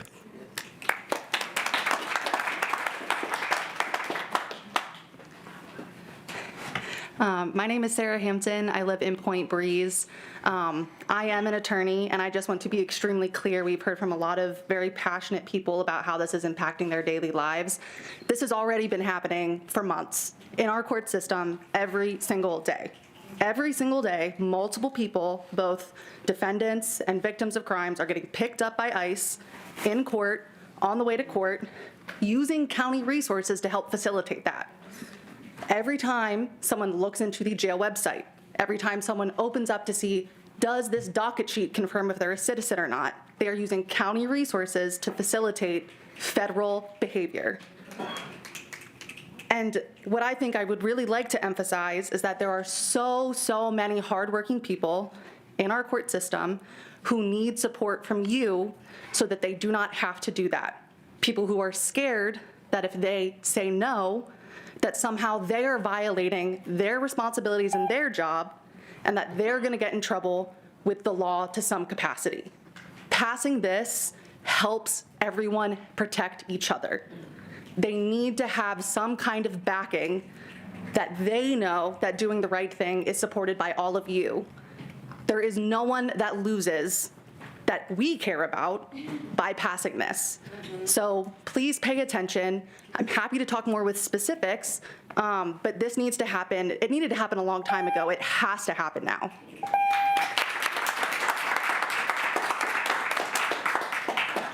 Good evening. My name is Rosana Elena Guernica. I'm a third-year law student at the University of Pittsburgh and was born and raised in Puerto Rico. Before I continue, I just want to thank you all for being here tonight, for the opportunity to speak unsigned, and then also particularly the first-year law students who spend 40 hours a week on campus, 40 hours, an additional 40 hours a week reading, and they're still here at this hour. That is just incredible and a huge commitment to the rule of law.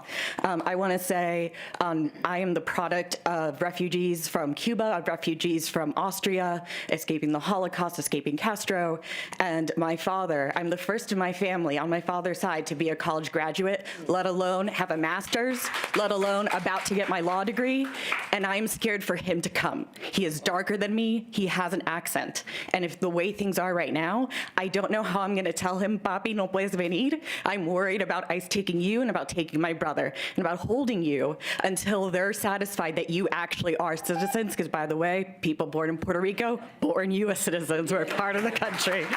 So just wanted to share that little piece of heartbreak that I've been dealing with, apart from everything else that's going on. But I appreciate everybody who put this ordinance forward and who's going to support it moving forward. Thank you very much.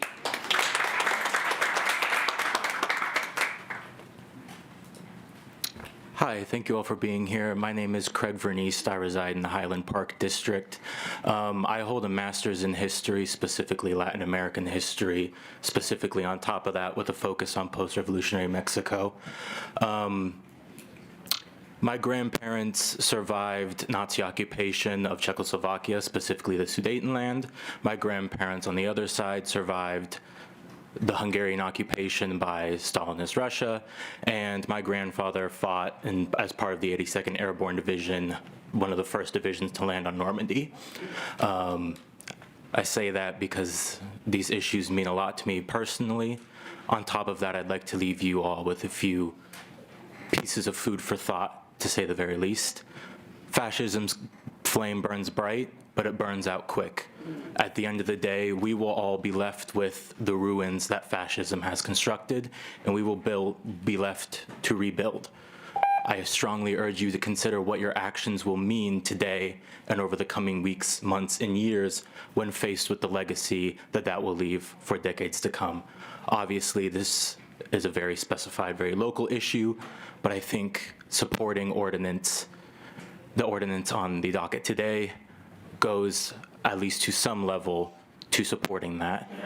On a final note, sorry my thoughts aren't very condensed, but on a final note, Minneapolis has provided us a great example of what it means when the federal government decides to target specific cities and specific communities. We have seen children kidnapped from high schools, teachers beat up, everyday citizens who are documenting and standing against tyranny shot and killed and executed by no other means of understanding other than a state-based execution. At the same time, Minneapolis has provided a great means for understanding ways forward. Communities have come together, providing direct action and security and support for their most vulnerable communities. We have also seen what happens when city governments have decided to stand in support of their communities and stand against.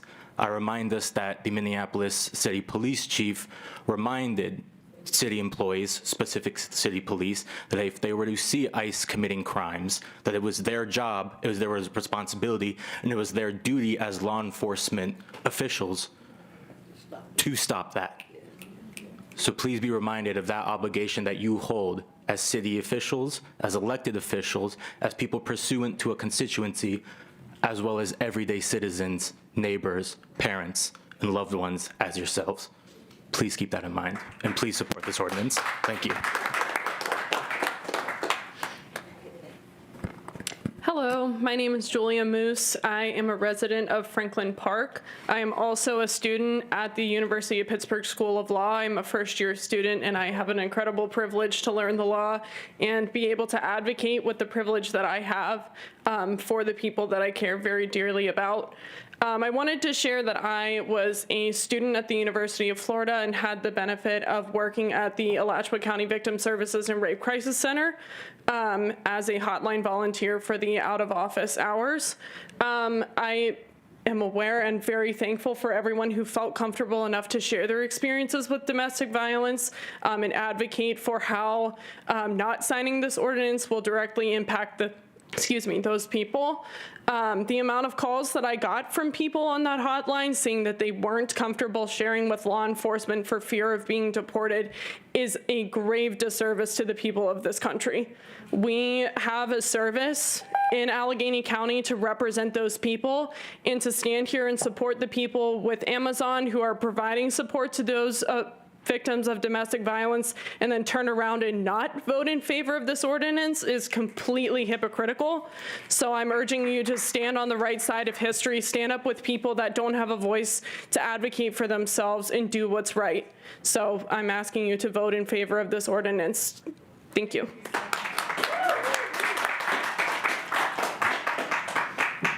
Hello, everyone. I'm Bethlyn Eicher. I happen to be a Whitehall Council. I do not represent Whitehall Borough. I happen to applaud you for sitting through all of these citizens' comments, and whenever I'm on council, I know that I have to take it to heart. Every single citizen comment. It matters. It matters to me to serve and to thank you all for serving because I grew up in the community that I served. Yes, I'm a resident of Whitehall. I graduated from Baldwin High School. I graduated from the University of Pittsburgh. I graduated from CCAC South. And just to let you know, your vote matters.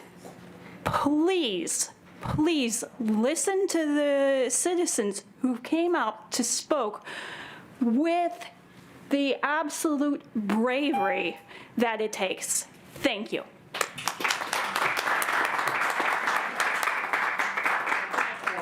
I believe we're at the end of our public comments, so thank you everyone for coming out tonight, and thank you for bearing with us as we get through the process. And have a wonderful evening, everyone, and thank you for spending it with us. And come back in 2 weeks and comment again in favor of this legislation, please. No, you don't. We heard you. Thank you again, everyone. Is there a motion to adjourn? Best ever. I'll write you a letter to say whatever you want. So moved. This motion is made second. All those in favor signify by saying aye. Motion carries. Thank you, everyone.